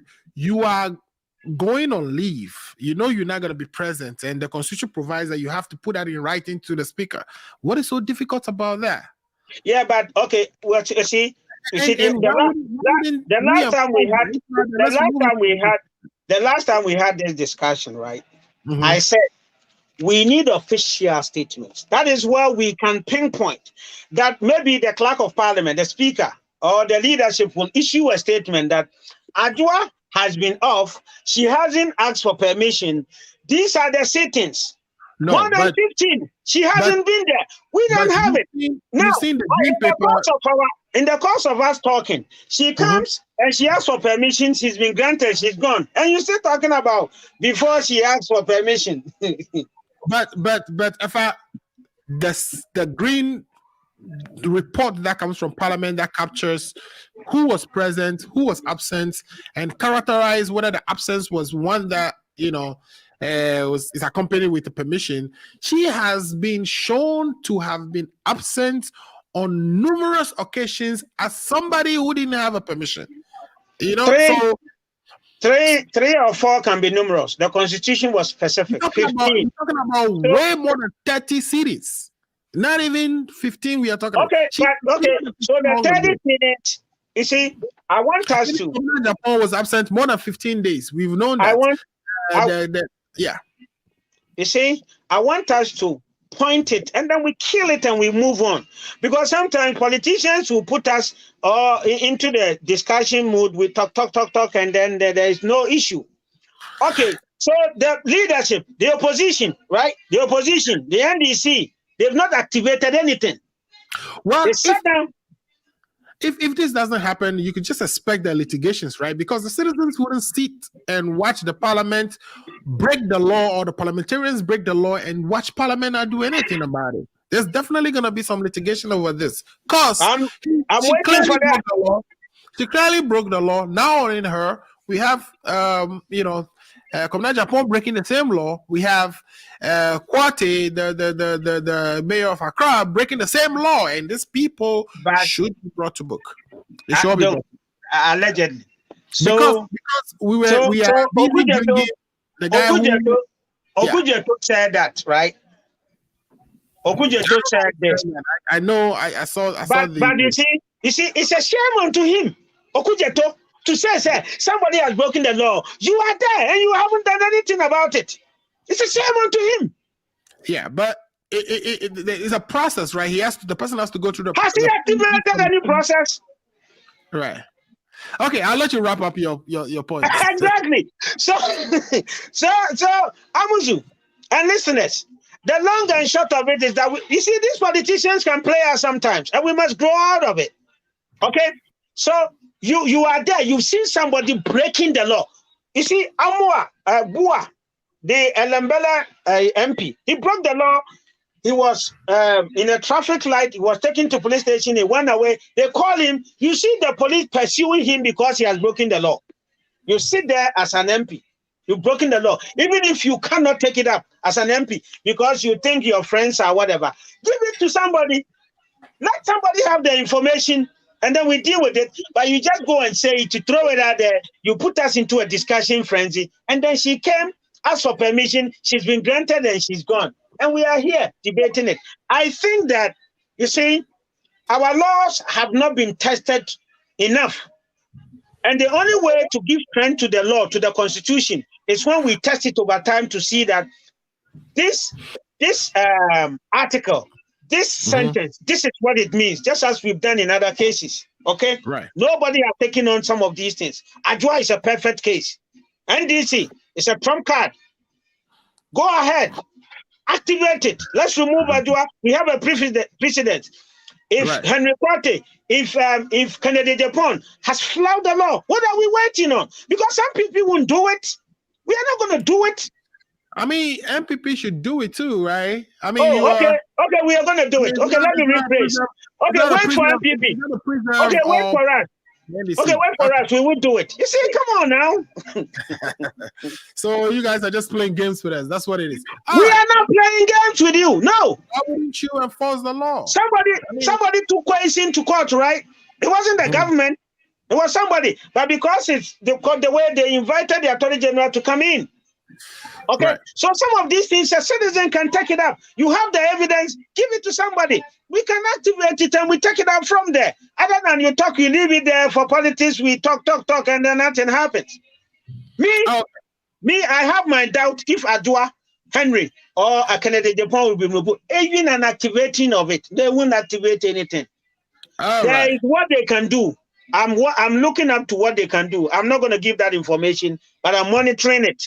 There is the second thing that they can do. But parliamentarians and in the parliament, that's not going to happen. There is the other one. That is, let's watch a few months and see how that one goes. All right, great. So now we have our future honorable Paul Disosu showing his face. Great to have that. So Paul, let me read one or two messages before I get you to fire a little bit for me, because in your absence he's been he's been playing mischief all along. Right? Finish your message. All right. So Mr. What is his name here? Ibrahim says he says, while the MP is still in the USA, is she still taking salary and allowance? All right, Afa, is your baby mama taking salaries while she's in the USA? We want to know, because if she is, I mean, you are literally not working, so why should we be paying you? Is it leave without pay or is leave with pay? That's what we want to know, especially when she hasn't actually taken permission for all those times that she's been absent since last year. Until now that she's been granted some 1 month additional. Is she taking pay? Is what Ibrahim is asking. Ibrahim is also saying that it will be very difficult to believe Honorable Kennedy Japan lied about what he said about this baby mama. However, Honorable Kennedy should also use his keys to influence their mama to come. All right. I think he's tried that. And apparently it's not working, right? Elom again says, because she knows she can get away with it. So that's it. Yeah, exactly. She knows she can get away with it. That's why, she will go without taking a leave and even be flown back to the country and still refuse to come to the parliament because she knows she can get away with it. I agree with you 100%. And then Elom says, nobody listens to the citizens unless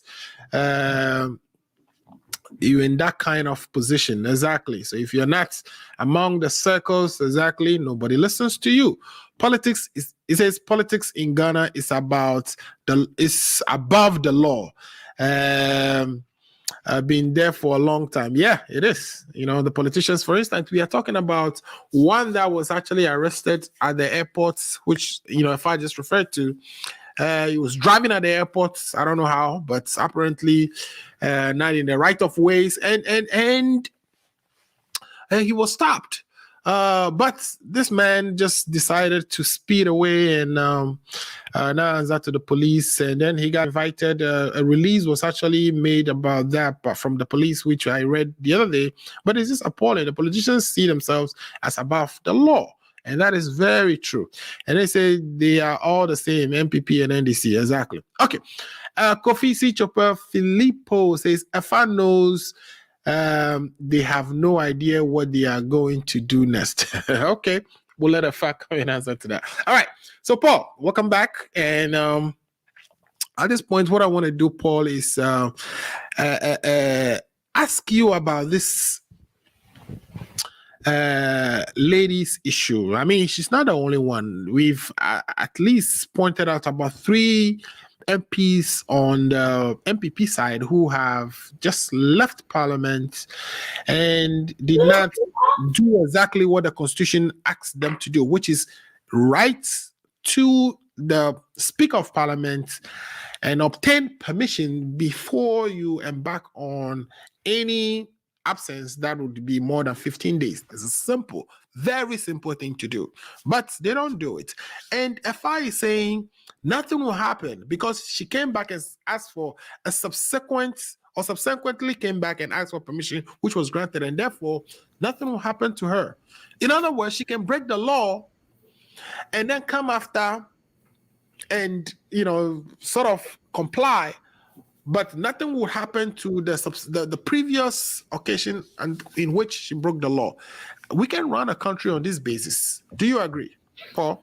Well, thank you very much. Before I start with that, let me also make some, rebuttals earlier on that I couldn't make. Look, Mr. Musu, I know you are a very balanced and then a fair host, and I just hope you are not in the pocket of Dr. Ato. I don't want you to introduce him as a neutral person. He is an NPP spokesperson who is, injected with the Jubilee lies that they keep on telling them every week. So please, when you're introducing him, Paul, can I call you an Ivorian? You can call me anyone you want. I don't mind. I am saying Dr. Ato is an NPP spokesperson who has been injected with the Jubilee House lies that they feed to them every week. So please, I will plead on your behalf. You are a good friend and you are a balanced person. Stop introducing him as a neutral person. He's not a neutral person. He's an NPP spokesperson. So let's get into the show aside, please. That's number one. Number two. I need to respond to what Paul just said.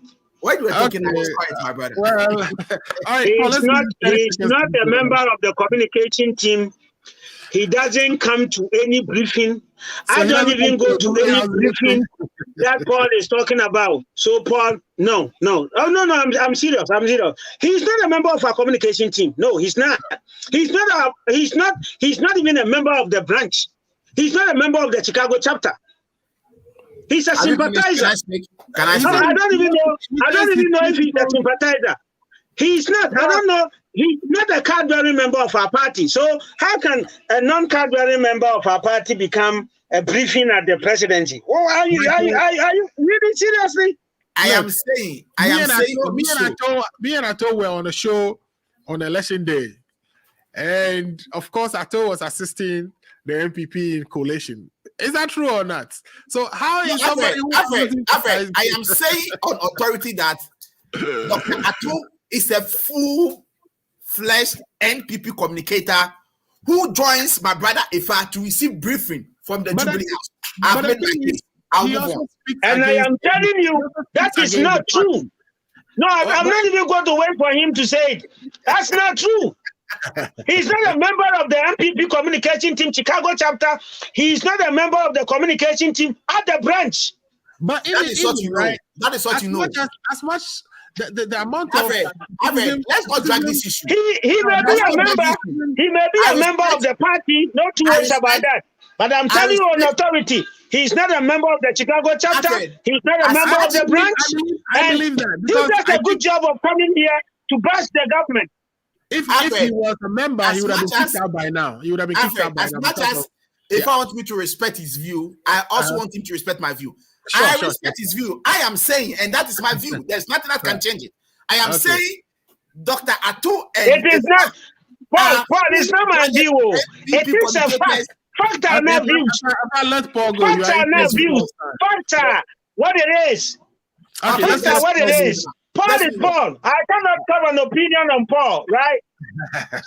I just want to punch him a little bit. That's going to go well off. You see, my brother, if I is just trying to. The Paul who did not come early is more than. Let me lose my focus of making my submission, but it's not going to happen. I am saying that number two, I've made my first statement. I hold by it.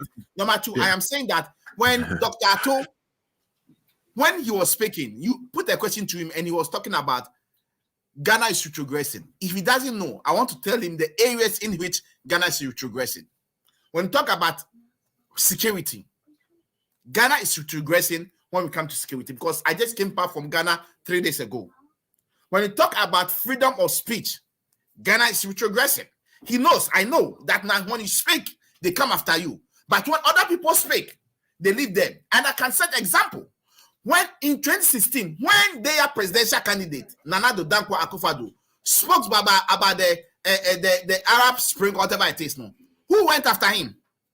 Today, I saw Dr. Ato on the platform. They say because Muhammad is incompetent, he couldn't go after him. That's why. He can say whatever he wants to say. I am saying today, he's on the platform talking and chasing, bashing Dr. Atuguba. That is up to him. I am telling them on this show that Ghana is progressing when it comes to freedom of speech. Now, people don't have their freedom to say what they want to say. And look, Alfred, let's set a record straight. I have never stated any, or since we started this program, I've never spoken about coups. I am telling you on this show that if someone wants to make a coup, the person will go and stand on the radio and be announcing it.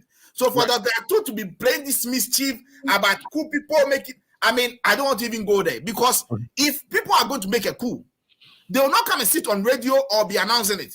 They will take us by surprise. And I am a Democrat. I will never support a coup. And I've stated on this show, myself and Ifa, that's the only thing we agreed on, that whoever tried to make a coup in Ghana, the person will not succeed. Right. Because of the level at which our democracy has grown. So let's put that aside. When we are talking about Ghana retrogressing, when we're talking about the economy, Dr. Ato knows the economy has shrunk and has fallen into a ditch, and he knows about it. So that is one of the ways Ghana is retrogressing. And we are talking about governance.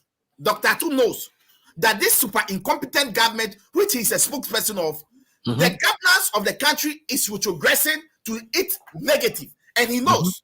And I am very happy. The only thing that I can say the NPP is good about, that is they are progressing in, is when it comes to corruption.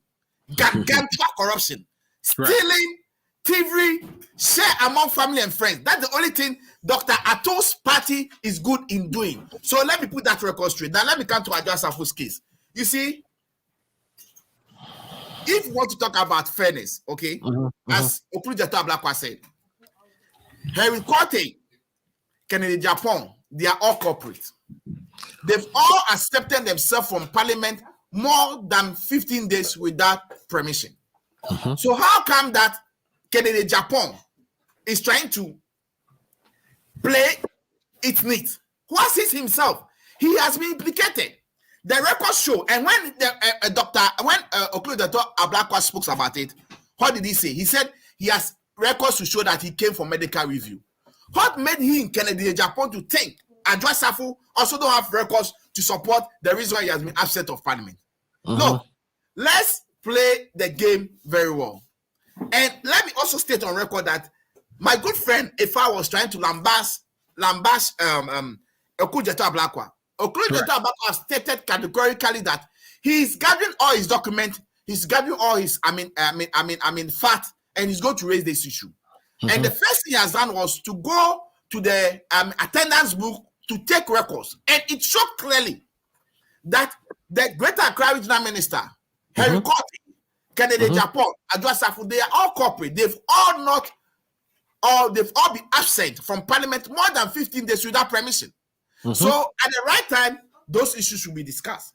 Now let me come to whether Adjoa Safo can be removed from parliament or not. Look, Mr. Amuzu, the question over here is, the Speaker of Parliament has stated categorically that the NPP has no right to remove Adjoa Safo from parliament.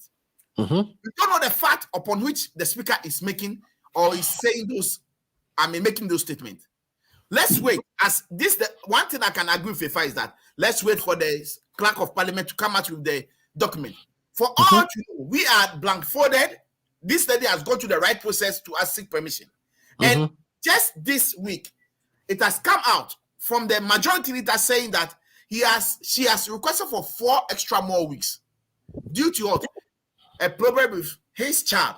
Look, we are all human. All of us here are family people. If my child is sick, I will not waste my time and come and sit here and do what I'm doing. If I am an MP and my child is having difficulties going through,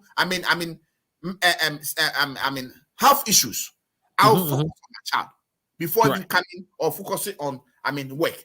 So for me, I don't want to go into those things. At the right time, that right thing to know. You know what? All this that they are doing, what Ifa and Dr. Atu should be talking about is the 120,000, whether Ghana cedi, whether dollars, whether pound sterling, that was transferred to Adjoa Safo. That is what we should be talking about. Where did the chief of staff got that money from? That money, what was the purpose of that money? Those are the things she's talking about. And according to Kennedy Japan, they rented a private jet, and research shows that the private jet that they rented charged 4,500 an hour. And the private jet was rented from Belgium.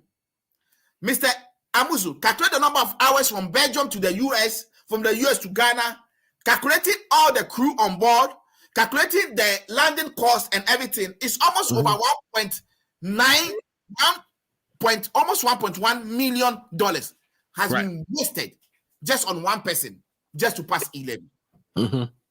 And this is what I expect Dr. Ato, an MPP communicator, Ifa, an MPP, this I expect them to be talking about. The corruption, the wastage in the system. You are spending almost $1.1 million on only one person just to pass 11. Do we know what that $1.1 million when you convert it into city, which is 7.3 today, as I told you, I changed dollar today, 7.3. Do you know how many thousands of Ghana cedi it is? What can those money do for people who are asking for pay increase? What that money can do to get beds into a hospital, which if I said one of his relatives got sick. Look, Ghana is retrogressing under this super incompetent government. Now, Mr. Musu, the most important thing that we need to talk over here is this money that has been wasted on one person, whether they like it or not. They are having issues with numbers in parliament. As we speak, Ifa knows, Dr. Atu knows, they are MPP communicators. They've briefed them from the Jubilee House. One of their MP is at ICU, seriously sick, and that member can never appear in parliament. So even at all without Adwasafu, they are short with 2 numbers. Right. That is why they cannot pass the e-levy. That is why if anything they will do for now, they have to hold on until that member of parliament who is at the intensive care unit is out and just have to back to the country before they can pass the e-levy. If I were to be them, this is the time for them to withdraw the e-levy, go back, do stakeholders, consultation, meet all stakeholders, let's come together, let's see the way and forward by which we can introduce things.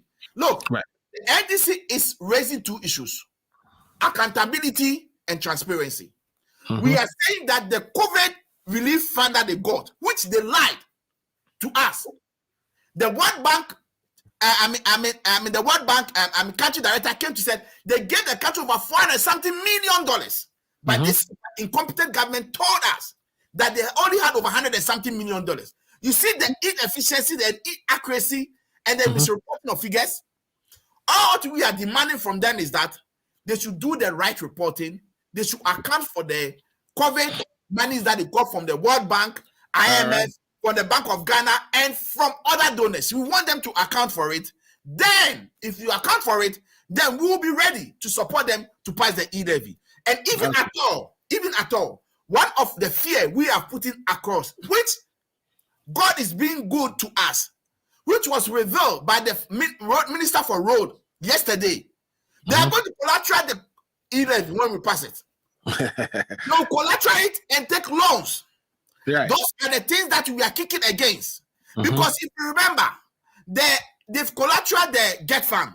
Collateralized, and they've taken a lot of money. And they're going to do the same to the e-levy. It came out of the mouth of the road minister. Collateralized. Yeah, it dropped out. They are going to collateralize the e-levy when they pass it. And we are saying that if at all we are going to pass the e-levy, they should prove to us that they'll be very transparent. The e-levy is not going to go into the consolidated fund. A separate account or a fund will be created for it. And we are going to appoint independent non-politicians to manage those accounts. Those are the demands we are asking them. And they are not being able to come clean on those demands. Look, the reason why we are saying that we don't want the e-levy to pass, and our fears has been confirmed, is that they will be collateralizing that e-levy, and it is our plan that when we come, we will abort the e-levy. But if they go and collateralize it right now and take loan, when we come, it's going to be an abattoir on our neck, and we'll be paying for it. 2024, I know my good friend Ifa will be going to opposition. Even though they're in power, he still have a very bad network. When I am in power in government, I will look at him because he's my good friend and I'll support him.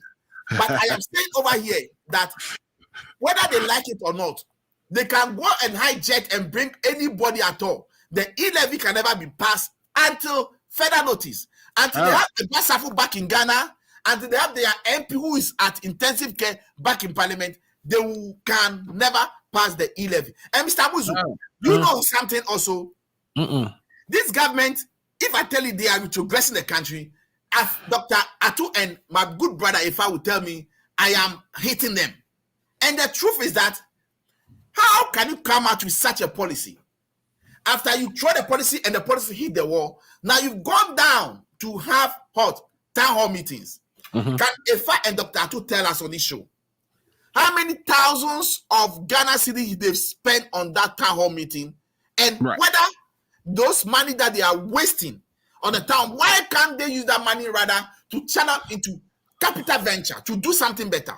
For your record and for your information, Mr. Amuzo, the e-levy that they were anticipating, these people, they are 419 government. If I tell you they are 419 government, they will be fighting with me. Dr. Atu and a first government is a 419 government. The trick they were trying to play on the on that for us, please. Yeah, they were trying to play on the intelligence of Ghanaians. They thought they were going to introduce the e-levy, and that is why they abolished the road toll. So that Ghanaians would just say, oh, they've taken the road tolls away. So let's ask, look, Ghanaians have egos now. Ghanaians are smart and intelligent now.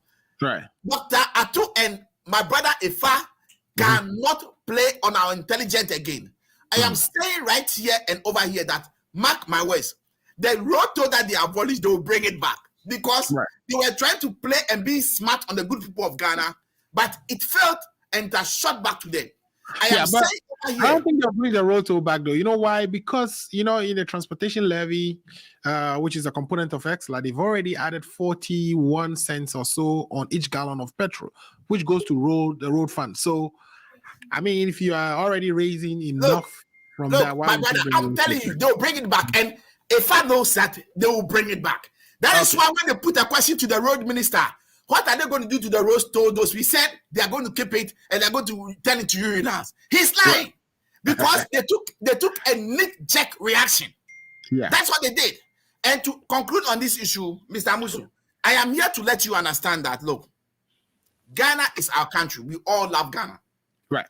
But if we all don't rise up and defend our country from this autocratic government, this autocratic leader, Ghana will collapse, Ghana will be destroyed, and Ife's children and my children will not love to go back to Africa, where we come from, to go and stay there and say they are Ghanaians. Now, my kids, if you tell them, they will tell you, look, Akufo-Addo is destroying Ghana, so I don't want to go to Ghana. I'm not a Ghanaian. That's what my boys will tell you. Information on Akufo-Addo. Anyway, no, they've been reading the news, they've been listening to the news, and they've seen how autocratic and vindictive Akufo-Addo is. So I am pleading on my brother Ifa. He's on mute and he's saying a lot of things. Ifa, what are you saying? We can't hear you. No. I don't want to come in, but you see, I am intentionally on mute and doing the sign so he get it because I have to respect his views, right? But if I can come in, if I can come in, Ghana is can you hold it so when we turn around to you, you can take the opportunity because we have a Dr. Atu who's suffering. Man, I want to take him on, man. He's come on now. Anyway, I'll give you the host. But if he's not, if I'm behind the scene fighting, I wish I can come in and punch him, like not punch like punch, but like give him the other one. You see, Ghana, on more serious note, I was sad. The things I saw, the way the country is going. Look, all of us need to pray for Ghana. Ghana is sitting on a timing bomb, as I said, because anything can happen anytime. The unemployment, the anger in the people, the deceivedness in the people is too much that the people have seen that this super incompetent government has deceived them to a level that people want to erupt, but they are afraid because they know Nana Addo Dankwa Akufo-Addo and Dr. Atu will send the military after them.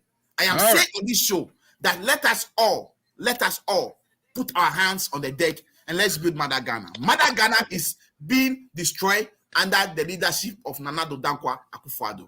All right, quickly, Nana Addo is destroying Ghana. That is your final words. Let's let me read quickly a couple of comments, and then Dr. Atu, you can come in and punch Paul for us. So Kofi is saying Canada, Japan is a culprit of that absenteeism. Yes, he is. And Okujeto is gathering the documents to show that. So we'll wait to see that. And then Ibrahim says, Alfred, can Mr. Efa, and Efa, I want you to note this question down so that when you come back, you can respond to Ibrahim here. Ibrahim is saying, can you, Mr. Efa, be sincere enough to tell us at least 3 things this government isn't doing better or is failing at, if you can tell us that. And then Elam says, do you guys know what is breaking us down? it is this party stuff. Why can't we focus on what we can do positively for the country? Politics is killing the economy. He is just on fire today. All that is really true. The partisanship definitely is not helpful. Johnny Wood says Josafo was coached on political games. She's now playing the same games against his own MPP. Wow. That can be further from the truth. And then Johnny again says, Canada, Japan coach that just have a political. Okay, I think I've read that. Kofi is saying, bro, trust me, this government has planned a million ways to spend revenue from the e-levy. I know, right? They do have, plans for this e-levy, and that's why, the town halls are going on. They just want to find a way to pass it. Ma Ewia Sani says MPP land guards think about their party, not the country. All right. So again, the political parties both have land guards or full soldiers who definitely benefit from the party being in power. So the last one here is from Ibrahim again. Says NDC seem to be fighting for Ghanaians with regards to e-levy. It is complete fallacy. They will definitely continue it if they are in power. That is, if they will. All right. So he's saying that even if the NDC come into power, they would still want to have e-levy anyway. Ms. Anto, what do you think? Do you think NDC will want to have e-levy when they come into power? And Paul has accused you of so many things, so I know you are ready to punch him. Take it away. Yes. So thank you very much again. I have 2 points before I start. Yeah. So henceforth, Paul will be known as Saul. You cannot call him Paul on this show any longer, because he's not behaving like a Paul, the Paul we know in the Bible. So henceforth, we only have Saul on the right. Now, I would wish and I entreat you to indulge your crave your indulgence to call him Saul. No problem. Go ahead. No problem. Go ahead. Any longer. Paul Saul the Sosu. No problem. Go ahead. Saul the Sosu. Saul Yes. the Sosu. Don't by the way. I mean, and truth be told, I mean, I have been contacted by MPP folks to become a part of their party and to become a membership. Right. Because one, they know that I speak fluently. One, they know that I can attack NDC if I want to. So, in a way, Paul can be correct by saying that, because probably in the past couple of months, I've been attacking Paul and my friend, the nice guy, e-levy beneficiary over the lifetime. But like I said, I go both ways. Today, I agree with my friend Ifa in the sense that you are the parliamentarians. The NDC knows that the number is tight. If the NDC would be prudent enough, they would have called in the parliament for these people to be sacked. Right. But what did they do? They come up with paperwork and tell us, oh, this person has something. What should we do about it? What can I do about this as a Ghanaian? Well, I think political expediency, right? Because if you got just a sack now, you're going to bring somebody in who would quickly vote for the of course. But then you come and tell me on radio that, oh, this person didn't come to parliament. So what can I do as a Ghanaian about it? There's nothing I can do about it. You are the parliamentarians that you can take proceedings against these people. But no, you want to do a political game. And you know what the interesting thing is? That Adwosafu look alike. The same thing happened. Someone comes to parliament, you believe that it's not Adwosafu. Nothing has been done. You just wait quietly. And after she's gone, she absconds, you come to parliament, you come to readiness day. Oh, we saw somebody in parliament, she doesn't look like Adwosafu. What can I do about it? What should I do about it? So I agree with in that sense. Like, we cannot do anything about it. You parliamentarians, you know your procedures. If you have 3 people not coming to parliament, it's in your favor. If you have not been in parliament 15 days, it's in your favor. What can we do about it? You know what I'm talking about? What can we do about it? I don't condone anybody absenting themselves from parliament. But in the case of the impersonator, the perceived unjust impersonation, I mean, I don't think it is easy to react immediately, right? Because you've seen somebody who looks like Adwosafu. Unless you go and try to press the person. I mean, it's not easy. If it's not easy for you, Alfred, if it's not easy for you parliamentarians in parliament to do something about it, what can I do about it as a Ghanaian sitting outside the parliament? What? You allow the person to leave, and then you come and tell me, oh, someone came to the parliament and they probably looked at Joseph, but it's not the one. I mean, what are we doing as a country? It's like, you know what? I believe if it was the MPP, like if I was saying, seeing that the person in parliament, that's not the person who's supposed to be in parliament, they wouldn't wait till the next day to come and tell us A, B, and C was in parliament. What kind of incompetence is that? So if I say that, my friend Saul will say, "Oh, this guy is MPP." It's really interesting. I mean, I don't condone like we are saying. This is we 65 years of independence. Right. Parliamentarians are not showing up. You remember the Kojo teacher Kojo? He absented himself from school. He was sacked from school. Right. So what? And you know, the interesting part of it, you have a speaker as a member of the NDC. Yeah, I mean, I don't know if the leadership issue with the NDC or I don't know what it is, but the speaker is an NDC member. Yeah. And the numbers are tied, and you didn't have the numbers to make a case. So if you come to me and tell me that Joseph didn't come, what should I do about it? That's not nothing I can do about it. Alfred, I hope you know how the speaker won to become the speaker. We got somebody from the opposition voting for it's irrelevant. It's irrelevant. He is the speaker. It is relevant. It's irrelevant. Yeah. Okay, let's get our turn. Yeah. So my point is, by now, if we were in a serious country, all these people would just be evicted from parliament. Because these are rules. If a teacher in Ghana cannot absent himself for so many days, why should he allow parliamentarian? And at the end of 4 years, they receive ex gratia. What kind of country are we? I mean, we should be upset. We should challenge the Speaker of Parliament. Somebody should be taking this to court. There's just waste of taxpayers' money. Because nobody in Ghana, civil servants can do this in Ghana. But then what do? Paul and his people will come out with paperwork and saying she didn't come, this person didn't come. But you have the Speaker of Parliament as NDC member, and you have equal numbers. So what are we doing? Right. What are we doing as Ghani? What are we doing? We are not holding people accountable. And 4 years they receive ex gratia at the expense of somebody has to petition for this to move on. You know that.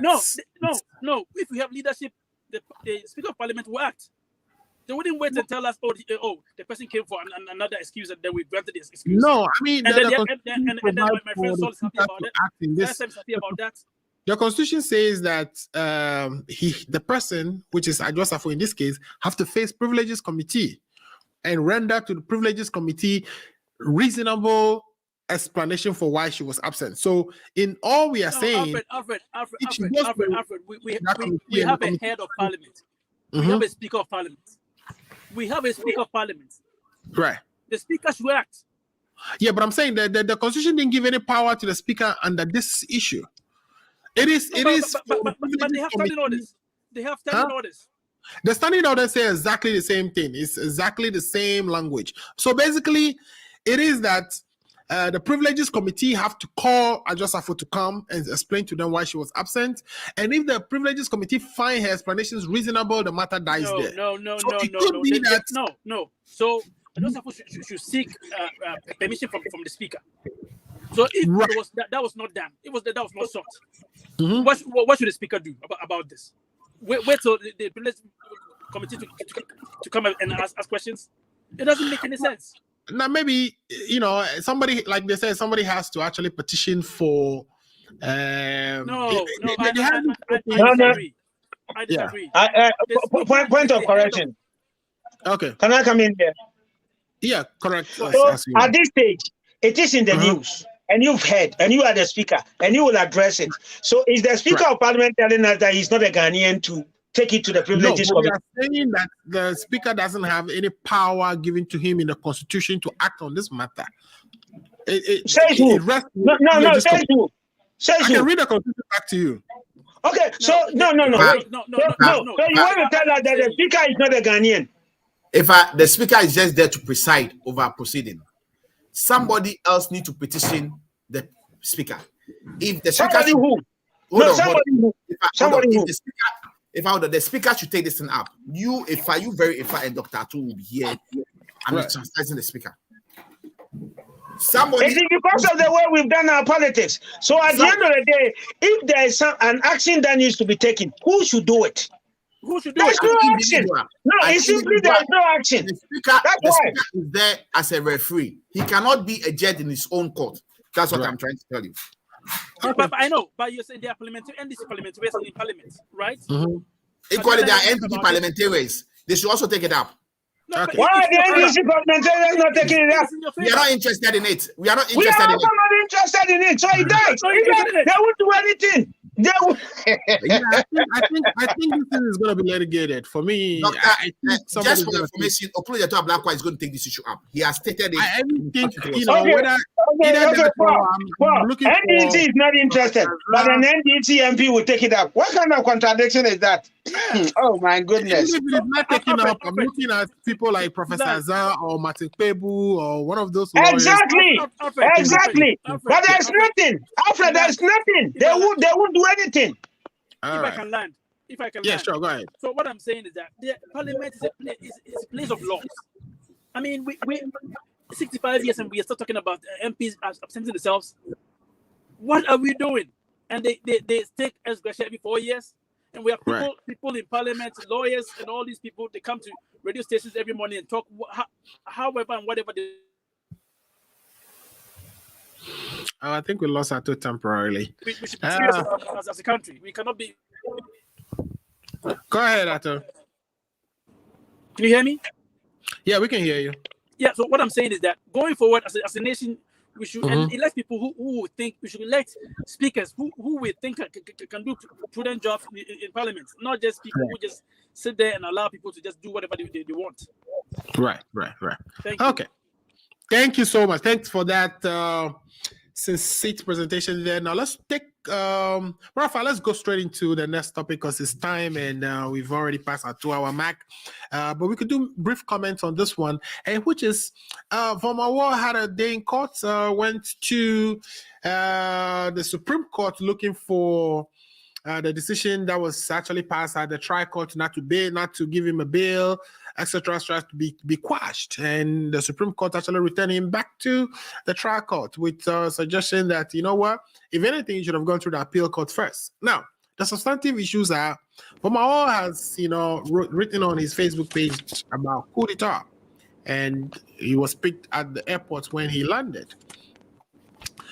We also saw Professor Atuguba, had a presentation where he says that from what he's learned from his friend who did a similar research on Ghana about why coups succeed, he thinks that Ghana is ripe for a coup d'etat at this point. I want to share some part of the constitution with you, which talks about removing or how to remove the president. It says removal of the president. And in this article, which is Article 69, it says the president shall be removed from office if he is found in accordance with the provisions of this article. And it goes with A, to have acted in a willful violation of the oath of allegiance and the president's oath set out in the second schedule 2, or in willful violation of any other provisions of this constitution. B, and I want us to concentrate really on B, where it says if the president is found to have conducted himself in a manner which brings or is likely to bring the high office of president into disrepute, ridicule, or contempt. And Sawabroni comes to mind immediately. The part 2 of this is, if the president is found to have conducted himself in a manner that is prejudicial or inimical to the economy or the security of the state. So everything you hear from people like Atuguba, etc., seems to be matters that are bordering on the economy. And it is under the leadership of the president that perhaps the economy may not be. So even in our constitution, there is a language in there that talks about removing the president if his conduct is inimical to the economy, if he brings the country to ridicule or disrepute.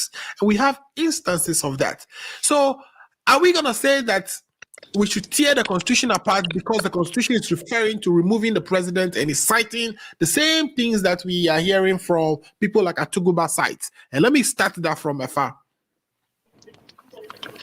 Thank you very much. Before that, can I answer the question that somebody asked me for 3 things that I think my government hasn't done right? Absolutely. Take it away. That will not be part of my distance. So one is corruption fight. I don't think that we have tackled corruption fight aggressively as we should. The second is sanitation, and the third is revenue collection.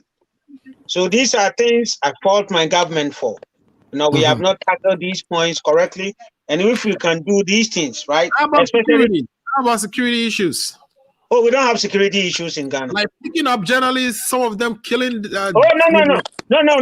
Okay, so we have a journalist and a lawyer that is telling us that some of them are pure criminals. This is coming from not being a person than Samson Ayinini says for him, and this was in the heat of pickups. He says some of them are pure criminals. He's been representing some of them, and he's privy to some of their information.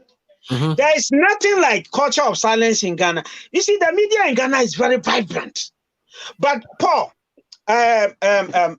Alfred, I come.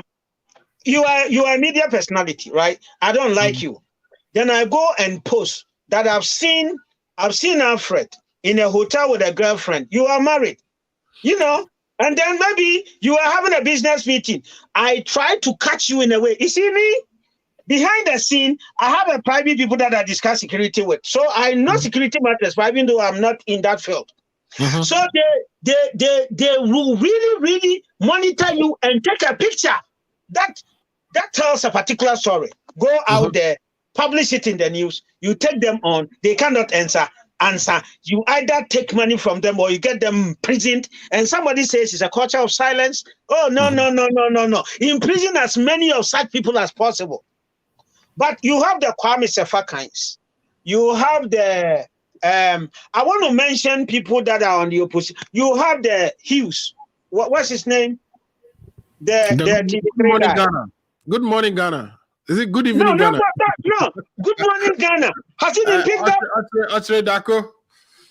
Yeah, I want to mention people that are on the other side. Has Mugabe been picked up? I don't want to pick people that have been picked up. Has Mugabe been picked up? Mugabe has been picked up. Has he been picked up? I don't know. I think he hasn't. I don't know. But no, I don't know. I don't think Mugabe has been picked up. I'm not going to talk about. So I want to talk about what has even the NDC communication center not said about this government. The press conference. Do you listen to their press conferences? So Ghana is where we're not. Go to Ukraine, go to Rwanda, go to even Senegal, and all those. Then you will understand what culture of silence is. I'm telling you, go to those places. You will understand. Even in America here, if somebody wants to take you on because of something you publish about them, you haven't. I have been a victim of that. Well, we repeal criminal libel. So no. That has nothing to do with criminal. There is what we call.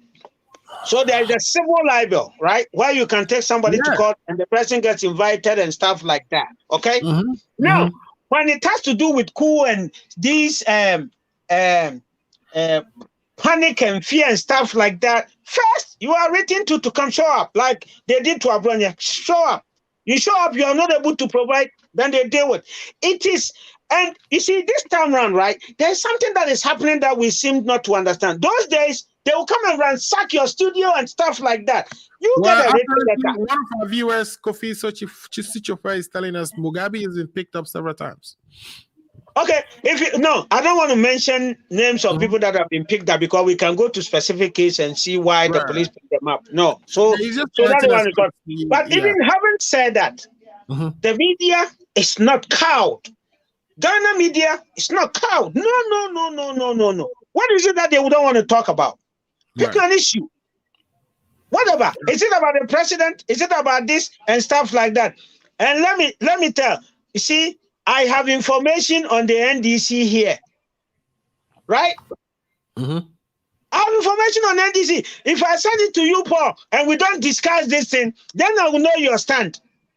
So when we discuss those things, as painful as it may be, it is what to correct the system. Sometimes we go overboard. So you say something like I come here and say that I'm just saying this. I'm not saying I don't mean it, but I'm saying it for the sake of conversation, right? I come here and I say that Mahama killed Mills and I'm picked up. And then you say what? Okay, go and give us the evidence. Then you say what? If I happen to be a Mahama enemy within NDC, then it's normal. But I happen to be, come on now. Let's get these things in context. Anyway, yeah, so don't get distracted. You mentioned the three So things that is what I want to put across. Now, right. Let's get into the issues. Now, I want to respond to a lot of things Paul said that were not true. So NDC is against e-levy, but they say e-levy will send us into opposition. You see, that is a contradiction right there. If you want us to go into the e-levy, let us pass it and then you go there. Now, Paul is talking about security. Come on, Paul. Are you serious?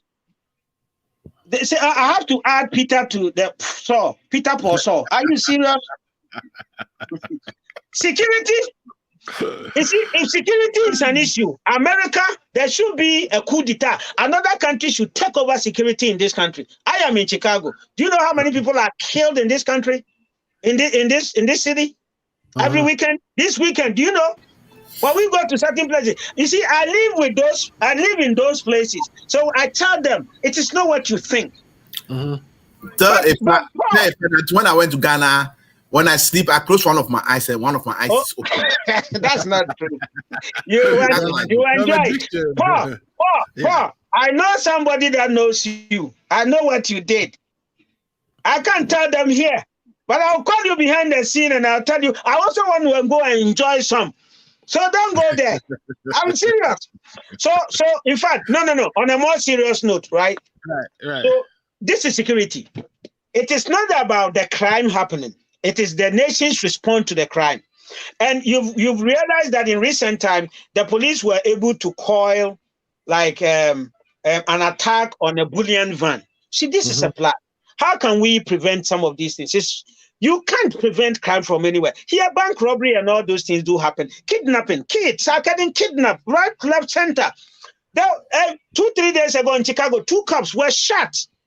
Right, so these things do happen, but what is the city, the state, the federal's response to some of these things is very key. And what measures are you putting in to avoid these things? That is how you talk about security. It is not a crime. So Paul, get that right, okay?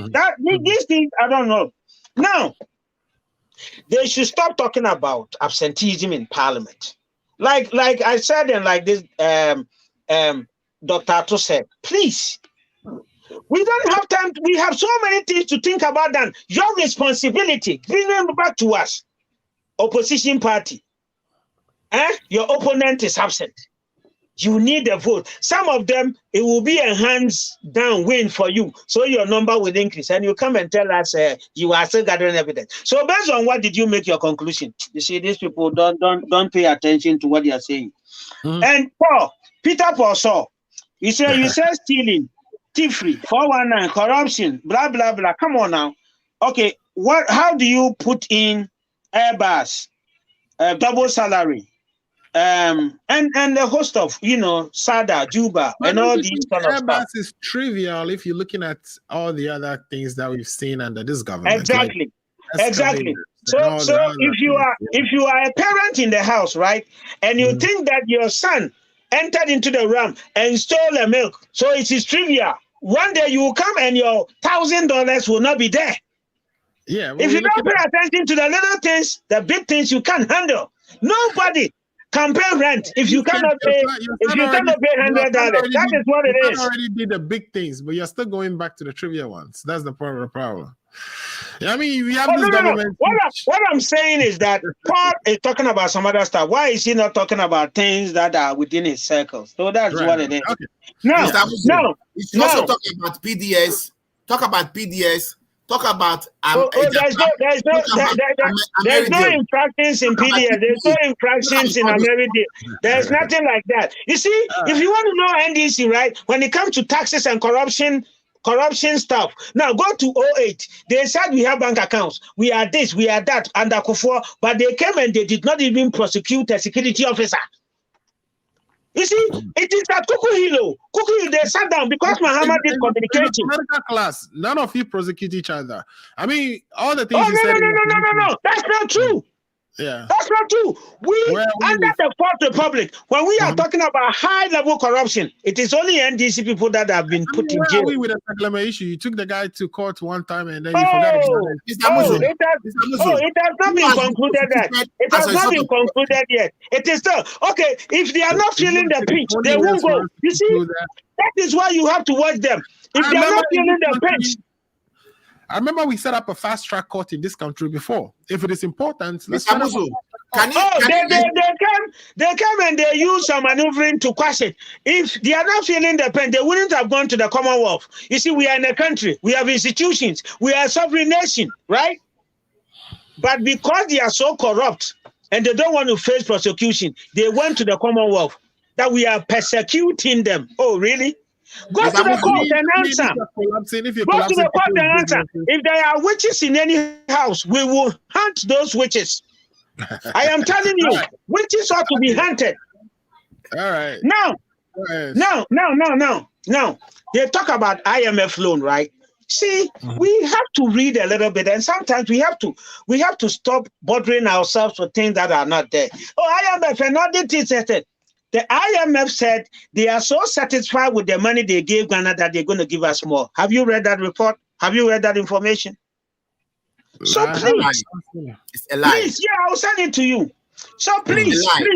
That report was written by you and Dr. Ato. So don't okay, no problem. All right. So wrap up on your submission so we can bring this to an end. Right. So in wrapping up, right, what I want us to know is that, if E-levy will be withdrawn, I don't have a problem. Paul, believe you me, if we are not able to pass E-levy, NDC should bring it at any percentage. Me, if I have to be sacked from my party, I will support NDC because we need it. It's an addition. We have to collect all the corruption you don't think about the plight of the people. What is the plight of the people? 3,000, 3,000 a month or 100 a day. And you say we are not thinking about the plight of the people? I mean, where can you get this? We know the poor people are the ones who use that platform. Oh, poor people in Ghana can do 3,000 Ghana city transaction. No, that's not poor. It all goes back to the definition of poor, right? Exactly. But come on now. Somebody is telling me that you don't have to reach the monthly threshold. We are talking about the daily threshold alone. I mean, if you do 100, the daily threshold is 100. Yeah, it's 100. So are you telling me a poor person, anybody who transfers more than 100 a day is okay, a poor person? So we are having a conversation. So it's not me. Now, somebody in Ghana tells me that he's paid 150, 300 Ghana cedis a month, but he's able to do transactions of 3,000, 10 times that in a month on his mobile phone. That again is misleading. All the person have to do to be charged is transfer more than 100 a day. Why are you doing 100? Okay, listen. Let's even go. I know somebody that takes 150 Ghana cedis. Okay. Let's even go twice that. 300 Ghana cedis. That is about the standard. Or 400 Ghana cedis a month. You take 400 Ghana cedis a month, and when you get it, you transfer everything. You don't do any daily stuff until the end of the month. I mean, I'm not in everybody's situation, but it's possible. Yes, but for the sake of argument, you say that is possible, but that doesn't add up in a real sense of it. It does. It does up to you, but for me, it doesn't. So in the real sense of it, I believe that the government has put enough in place as far as E-levy is concerned to cushion us, as far as all these things are concerned. And so it's $100 a day, $3,000 a month. You fall out of that, I perfectly agree with that. It cushions the poor. You say you are not making money, but all of a sudden you are able to make 100 and 3,000 a month. That is fine. See, it's not like you're not making money. So for instance, if I gave you, let's say I'm in the United States here, you oversee a property for me, and so I give you some money. You're doing business. So let's end it right there. You're doing business. You have to pay other people. If somebody is overseeing a business, it's your property, you're doing business. You're building a house, you are in the business, you are business. Business is out. Business you in, you pay. Let us not entertain anything. You see, me, I'm saying that, you see, NDC should bring it. Me, when we go into opposition, me.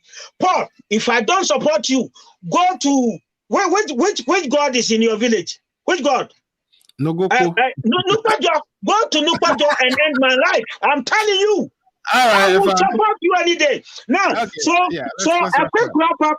A quick wrap up on the coup and this kind of stuff. Okay, so when you take those two lawyers, so really we were just talking about the coup part. That is which one I wanted you to talk about. So so when you take these two lawyers, they are lawyers, right?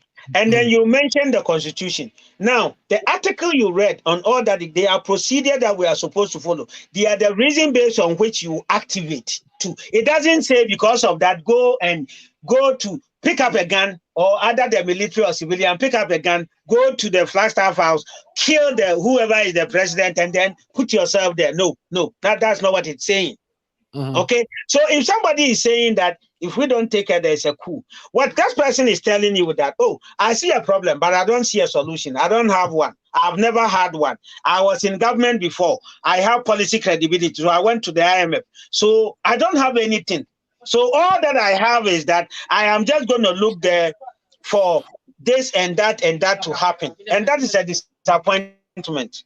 And we cannot live in a country where we have the educated, the lawyers, the dean of the faculties, and all these people giving us these as reason for which there should be a instability in the country. That cannot be accepted. The Constitution said the same thing. The Constitution says exactly the same thing.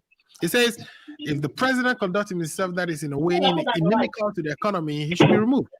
So yeah, but okay. So the removal there is no coup, because in the Constitution describes that removal. So let's get that right. So anybody that calls for that illegal, irresponsible of removing the president, that person is irresponsible, and we must tell him that. That person is thinking outside the box. That person must think within the box. A lawyer cannot call for a coup. It's unacceptable. You should look at the context too, right? What they are saying is that you can interpret it the way. I don't have a problem with your interpretation of what you said. But me here, what I want Tukuba to say is that, okay, so I was in a previous government that is also want to come into government. So if we were there, we would have done this. But your government performed worse. And you are telling us that what is better needs coup. That you should have been overthrown long time ago. But we should not be allowing coup to come. Haven't you seen what coup can do? Coup is dangerous. In fact, the people that come to coup, they are very, very dangerous. Don't entertain them. They are liars. They will come, they will kill your mom, they will kill your dad, they will shut up everything in the country. We cannot even have this and be free going to Ghana. You talk about culture of silence, let the coup come, and you see if you can talk. And people say, God bless us. All right, the Dankwa-Buzia tradition was the first people to actually conduct a coup in this country. So no, that's not true. No, that's not true. That's the interpretation, but that's not true. 1966 goes back. Okay, the 1962 school was caused by Dankwa-Buzia. The military was the Dankwa-Buzia. They were part of the people. Oh, so Bedema, all the people that were mentioned, Bedema, the IGP, and all those people were Dankwa-Buzia. Bedema was in Nkrumah's government. We're talking about. Yeah, but don't you know that Bedema were all accused as being part of planning to. Come on now. If we know the history of the country, we wouldn't come and be saying some of these things we said. Don't you know that the first finance minister was accused of overthrowing the government? You don't know that? No, I don't know that. But anyway. Oh, you don't know that? Oh, yeah, okay. That's the new information for you. The magistrate, the IGP then, they were all accused, they were removed. Yes. I mean, after the history, right? You overthrown the government. 1966 was overthrown by the military, not the civilian. 1966 was overthrown by the military, not the civilian. Okay. All right. Fireworks. Let's go. All right. Thank you, Efa. Now let's transition to. I want to kind of tame it down a little bit with lifetime legacy, and then we'll come to more fire from Paul. And then we would then go to Ato and bring the program to an end. So far, legacy. Alfred, I need to step out. I need to step out with the boys. Can I do my submission and then I can? Okay. Dr. Toto was saying something. You will come, Paul. But No, Dr. I Toto only says said you said you wanted to take me down with Lifetime. I'm surprised you used. no. I'm saying. There's a lot of hits from FA. So Yeah, he's gonna add more hits. Come on. You see, okay, let's go, Paul. If I was just making noise, nothing more than noise. You see, impatient and indecisiveness, and then visionless, aimless, directionless. Credibilityless is what is affecting this government. Look, if you are a government that have confidence in you and you believe that what you are doing is right, when people make statements, you will not suppress some people's statement and try to go after them. This president that we are talking about, who claims himself to be a human rights lawyer, right, in 2016, spoke about the Arab Spring.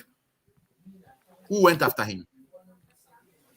His current head of security at the presidency in the Jubilee House, Captain Budukumsin, in 2016, spoke about coup. There's an imminent of coup to happen or bound to happen. Who went after him? This should tell you the difference between an autocratic and vindictive president as against a president who is focused, who accepts divergent opinion. Now, if I is here making a lot of noise, look, this lawyer or Dr. Atuguba and then Vama or whatever they call him, yeah, they are expressing their view, and all they said it in a contest. Okay, there are other people, okay, who have said similar things. Professor H. Prempre, why haven't they gone after him? You see how this government, how selective they are. When you are against them and you say anything, they will come after you. But if you are for them, they see nothing wrong with it. Look at this. They are Bron and how is it Bron? Bronya. Abronye. What has Abronye not said? I'm just trying to make the point over here that this Nanado Dankwa Akufo-Addo's government is a government that does not even have a vision. They are directionless. They don't have credibility. Integrity is gone. All they know is to put or use autocratic and suppress of people's freedom of right.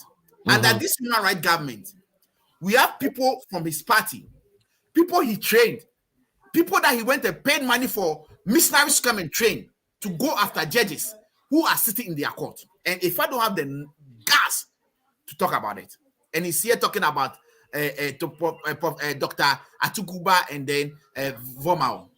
You see, when our old people say that a decorated monkey can never change its look, he will ever remain to be a monkey. No matter how you're going to degrade Nana, you're going to decorate Nanado to look handsome, to look good, he still remains to be a monkey. No, he doesn't. Don't say that. No. I'm not saying person. I'm trying to say, look. Words matter. Words matter. Nanado is a vindictive president. He's a president who think he will come after you if you say anything after him. You know the reason why when I went to Ghana, I was not joining the program, because if I speak my mind, they can come after me. Right. That is why I decided not to join the program, and I told you. But in Muhammad's era, my good brother Ifa, I've been on different shows with him. He has said a whole lot of things about Muhammad. He goes to Ghana, he's free to walk about. What am I saying over here?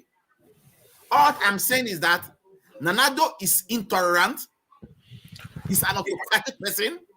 He's very wicked, vindictive, and he's always ready to go after the people who speak against him. Right. And I am saying over here that the cool statement that Professor Dr. Atuguba made, he's rather trying to caution them. He stated in his statement that he is against coup, but due to circumstances and situation, it can happen. Right. And I'm telling you that when you go to the ground, just 3 days ago, I came out from Ghana. When you go to the ground, things are not good. People are really complaining. So if you have people who are raising the red light and telling you that sit up, and then you want to go after them, that's up to him.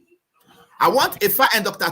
to know that power is continuous. They will never be in power. Forever. 2024, inshallah, whether Dr. Ato become the vice president spokesperson or the president spokesperson, they will go to opposition. And we will investigate every corruption that has happened under there. And I am happy that my good brother, if I when a question was posed to him that what is the things that he said this government, he said corruption, he mentioned corruption. And corruption is a hallmark on this government. I will end here and say that Dr. Ato is suffering, Ifa is suffering, Alfred is suffering, tire units are suffering, fishermen are suffering, doctors are suffering. Nanado Dankwa Akufo-Addo himself, he's suffering. He should sit up. Thank you. Well, he's actually riding beautiful private jets, so you can say he's suffering. Yeah, he's running a private jet. All right. He's suffering. Okay, let's go to paying $15,000 an hour. And when we talk about it, Dr. Ato come and sit here and tell us what is the alternative. The alternative is that he should use the private jet that is sitting on a tarmac that we bought for our money. It is sitting there. He should use it and stop wasting the taxpayers' resource and the money we are giving to him. He should use the money judicially. I was going to say that. On that note, Dr. Ato, just jump in here. Go ahead. I think that this would come up with solutions about what they will come and do differently. But up to now, you hear them. Mahama is going to use the jet sitting down on the tarmac. If Mahama become the president today, he's going to use the jet sit down on the tarmac. I can see Mahama buying another plane anyway. Mahama will never buy a new plane. He will not. I will even come after him when he does that. I was saying, okay. I thought by now the NDC, knowing very well the economy is suffering, would come up with ideas, solutions, what they will come do differently. But I've listened to Paul numerous. I've given you a lot of solutions. One of the solutions is that Nanado should stop renting private jets. Number one. Number two, he should stop putting his seat that he sit on in a V8. Do you know how much I spent my tank today? Those are the minimum. Those are little things. To fill my tank. He should stop it. Number three, Nanado should stop going around commission toilets. Toilets are for assemblymen. He should stop it. Number four, you want to go number four? Nanado should stop the stealing. He should stop the thievery, and also make sure that he stop clearing his appointees when they are caught in corruption scandal. I'm giving for instance why. So I thought just go ahead with your presentation if you can. So you heard him. He didn't come up to say what the NDC would do differently. He just I'm not going to tell you. You say you have the men. I am not going to tell you. When we come to government, we'll tell you what we want to do. Let him go. Thank you. I think I agree with Paul in the sense that right now we are in difficult times. The economy is not as we want it to be. Right. But I have observed, because in America, even in America, gas, if you're going to use gas prices as a yardstick to judge your government, it's just like using the stock markets. It will betray you all the time. So I don't know why politicians use that all the time. I mean, let's talk about the IGP. I think he's being selective. The IGP, I have been saying this for some time now, that he's being selective. Although people are hailing him, I am a critic of him. I thought he was going to come do a good job. Right. He arrested medical for it's disappointed us. Yes, for just welding a gun, something like that. But then, and I feel Schwarzenegger did the same thing. He didn't go do anything about it. Right. I mean, this day and age, someone accuses the president's wife of something, and then you go and arrest him. It's like it doesn't make any sense.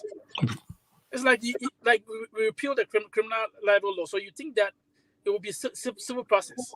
It should not be a criminal matter where the IGP gets involved to arrest a journalist talking about the president's wife. And I'm disappointed.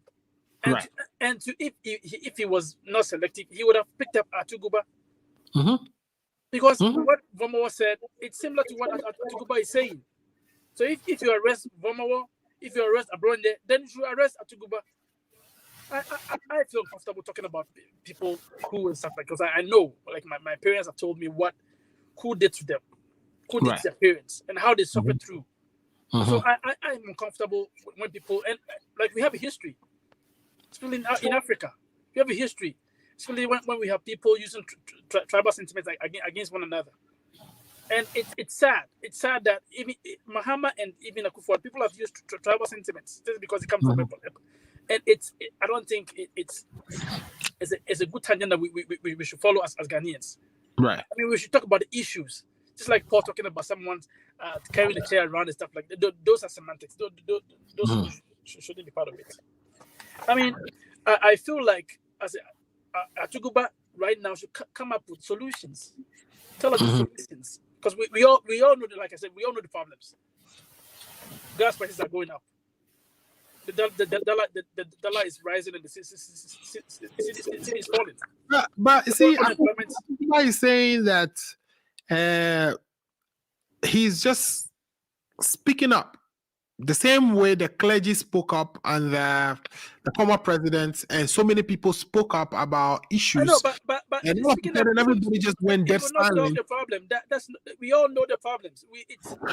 I mean, you said the same thing to the last time when the clergy and all these other people were criticizing and just discussing the difference is that Baumia deceived us in saying that he was going to come and change everything. Right. But so he came up with solutions when he comes, what he was going to do, although it didn't come to pass. But I'm saying that all these speakers and stuff like that, they're only talking about like the problems. We know the problems already. We know the economy is not doing well. So if you have been in government before, or you think that you have solutions to us for us, come and tell us the solutions. You think the citizens should have the right to speak on whatever issue they want to speak about? Of course. Okay. But if you are in academia, you are a professor of a university. You cannot just come and just tell us the problems. Like I said, I mean, he has that choice. We can gag him, you know. We're not going to gag him. Yes, but we can criticize him. We can criticize him. Of course. I mean, as a professor, you come up, you tell us the problem. Like I'm saying, the poor man on the streets knows the problem, but we don't know how to get out of this. How to fix it. That's what I'm saying. A professor should come up with solutions. If you don't have solutions, then why tell us the problems? We know the problems already. But then if you could tell us the problems, then you're also hinting that there may be a coup. It's like, I think you should be picked up. Because if you're picking up Vomowo, and last point about Vomowo, I think it's lawyers, like the judges said, should not be doing an intellectual exercise. Your client is in custody. Instead of you filing a bail for him, you are thinking about semantics. Right. Why that? Well, I think the wrong court is is hearing the case, you know, that the case should be heard by. Yeah, but if you think that your client is in custody, right, where would that get you to? Well, it doesn't mean you have to cooperate with the wrong courts. You know, you want to, I mean, these are lawyers too, right? Even the client is a lawyer himself. He wants to test this. No. We've heard that the client is a lawyer, but I've never read anywhere where he was called to the bar. He attended law school. Yeah, I think he went to, you know, of course, if you're even called in the I don't know how it works, but if you're called in the UK, you are also equally called in. Do you know if he's been called to the bar in any other states? In the UK? No, anywhere. I would suspect so, but anyway, he's referred to himself as a lawyer. So. But I know that he's gone to law school, but I don't know if he has only been called to the bar. Yeah. But I'm saying that right now, as we talk right now, he is still in custody. So why would, I'm not a lawyer, but I'm saying, reading from what the judges said, you should be thinking about your clients. The first thing is to get them bail. Right. Your client should be a priority. You go to court and you discuss other issues. I mean, the last point is that. But they also go on the instruction of the client, so you don't know what the instruction the client was giving them. So perhaps that was the instruction the client gave them. So but I'm also criticizing that point that your client is that's a big case in Ghana. People are talking about that. You would think that instead of you arguing about which court to deal with situations, you think about your client first. Yeah, that's what I'm saying. The lawyer usually take instructions from the client, right? They just don't do what they want to do. That is not entirely true, because your lawyer is giving you legal advice how to proceed. Yeah, but you have to instruct. Yeah, they tell you what they want you to fight for them. Yeah, so if the client says, "Listen, go and fight for them with regards to the court they took me to, because that court lacks jurisdiction over my case, that's what I'm gonna go fight for. I can't do anything else. Yeah. I mean, I beg to differ, but I would agree with you. But Right. in nutshell, what I would say is that going forward, we should be thinking about solutions on how to get this economy better. Because right now we are suffering. Right. The gas prices are going up. We have the city is falling. Baumia has not been able to change anything in regards to the economy. But then you cannot discount COVID. You cannot discount Russia, Ukraine issues coming up. So we have to tighten our belts because it's going to be difficult for us.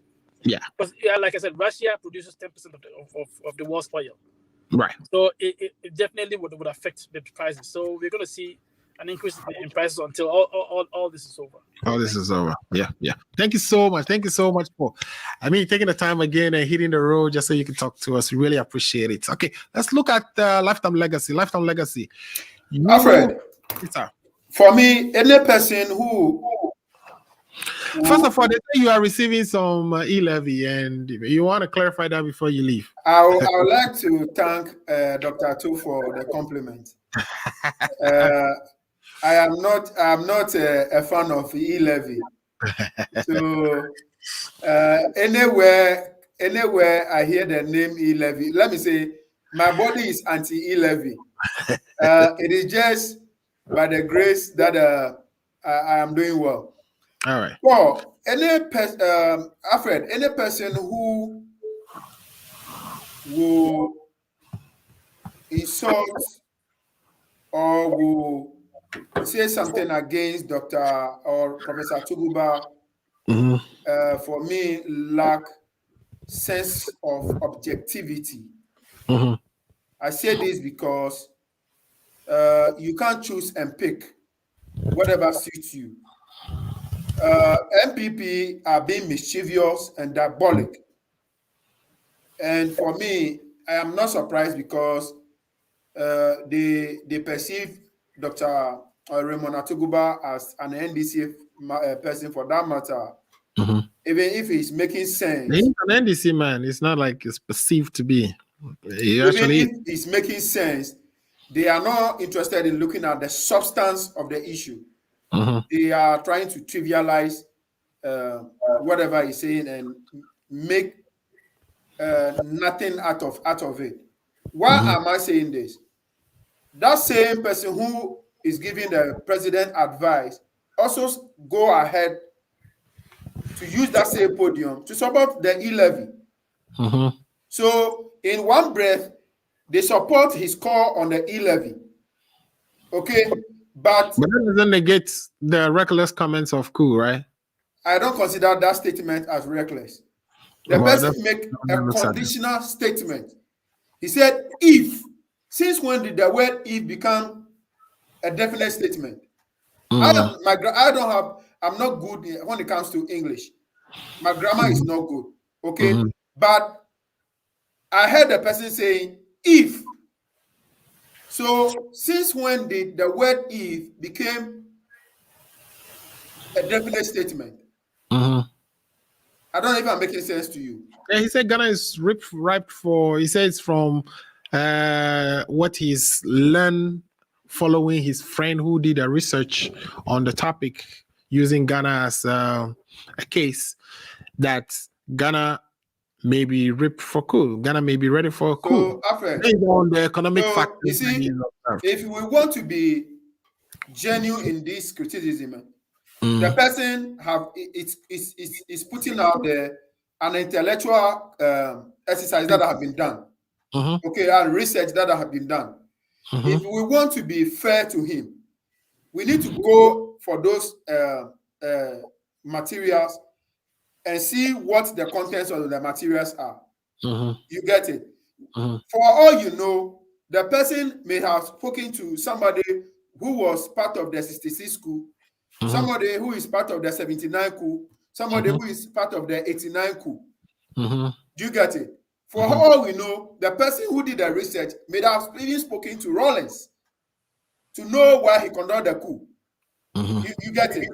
So if we go for this material and there is no merit in it, then we can come and criticize or question the statement he made.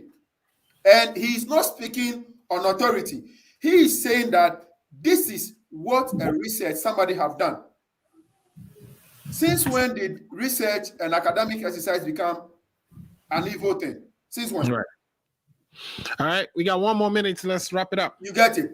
So any person who will insult the man is being disingenuous and being hypocritical, because that same person says that e-levy should be passed.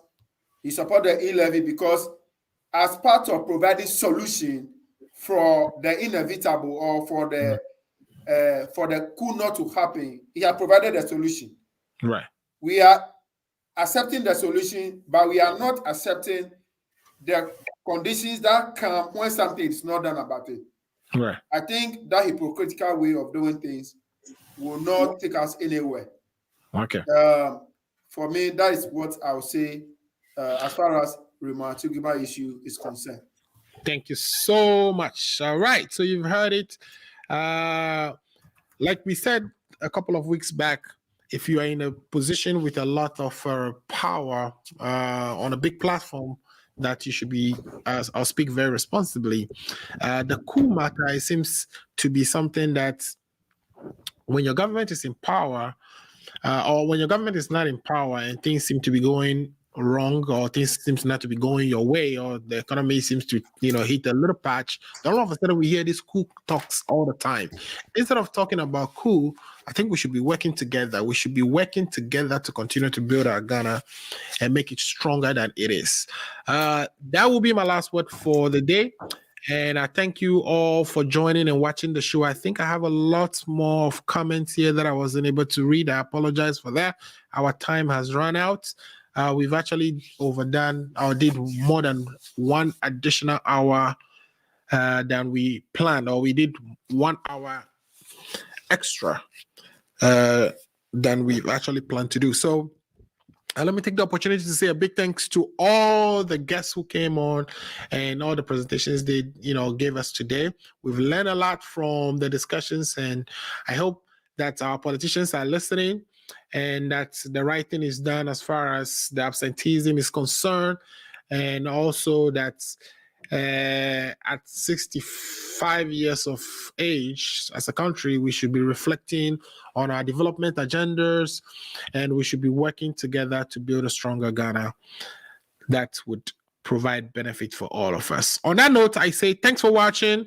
Again, we'll be back next week. If it is Saturday, you know what time it is. It's Ghana Agenda, 2 p.m. Eastern Standard Time. If you are in the Central region, it's going to be 1 p.m. Central Time. If you're in the West Coast, that would be 11. Is it 11? Yeah, that will be 11 a.m. on the West Coast. If you're in Ghana, 7 p.m. Again, my name is Alfred Amuzu. Thanks for watching. We would be back next week to discuss. We thought the president was going to do the State of the Union, so we're planning for the State of the Union this week, but we understand that that has been suspended indefinitely. So we'll be, eyes wide open, looking forward to that. Whenever the announcement comes that he's going for that, we would make sure we'll bring that to you. But in the meantime, we'll return on Saturday to discuss other very important issues that may have come up within the week. Again, my name is Alfred Amuzu. Thanks for watching the Ghana Agenda. Have a good weekend. Bye-bye. Just one more pic, JJ, please. Oh, Mama. Really? Smile. It's not every day my eldest son graduates. I couldn't have done it without you. All without Auntie Jane's generous support. Here is to Auntie Jane's well-appreciated World Remit money transfers. World Remit Corporation is licensed as a money transmitter by the New York State Department of Financial Services as a foreign transmittal agency by the Massachusetts Division of Banks, number FT 1179663, and licensed by the Georgia Department of Banking and Finance, NMLS 1179663. Massachusetts Foreign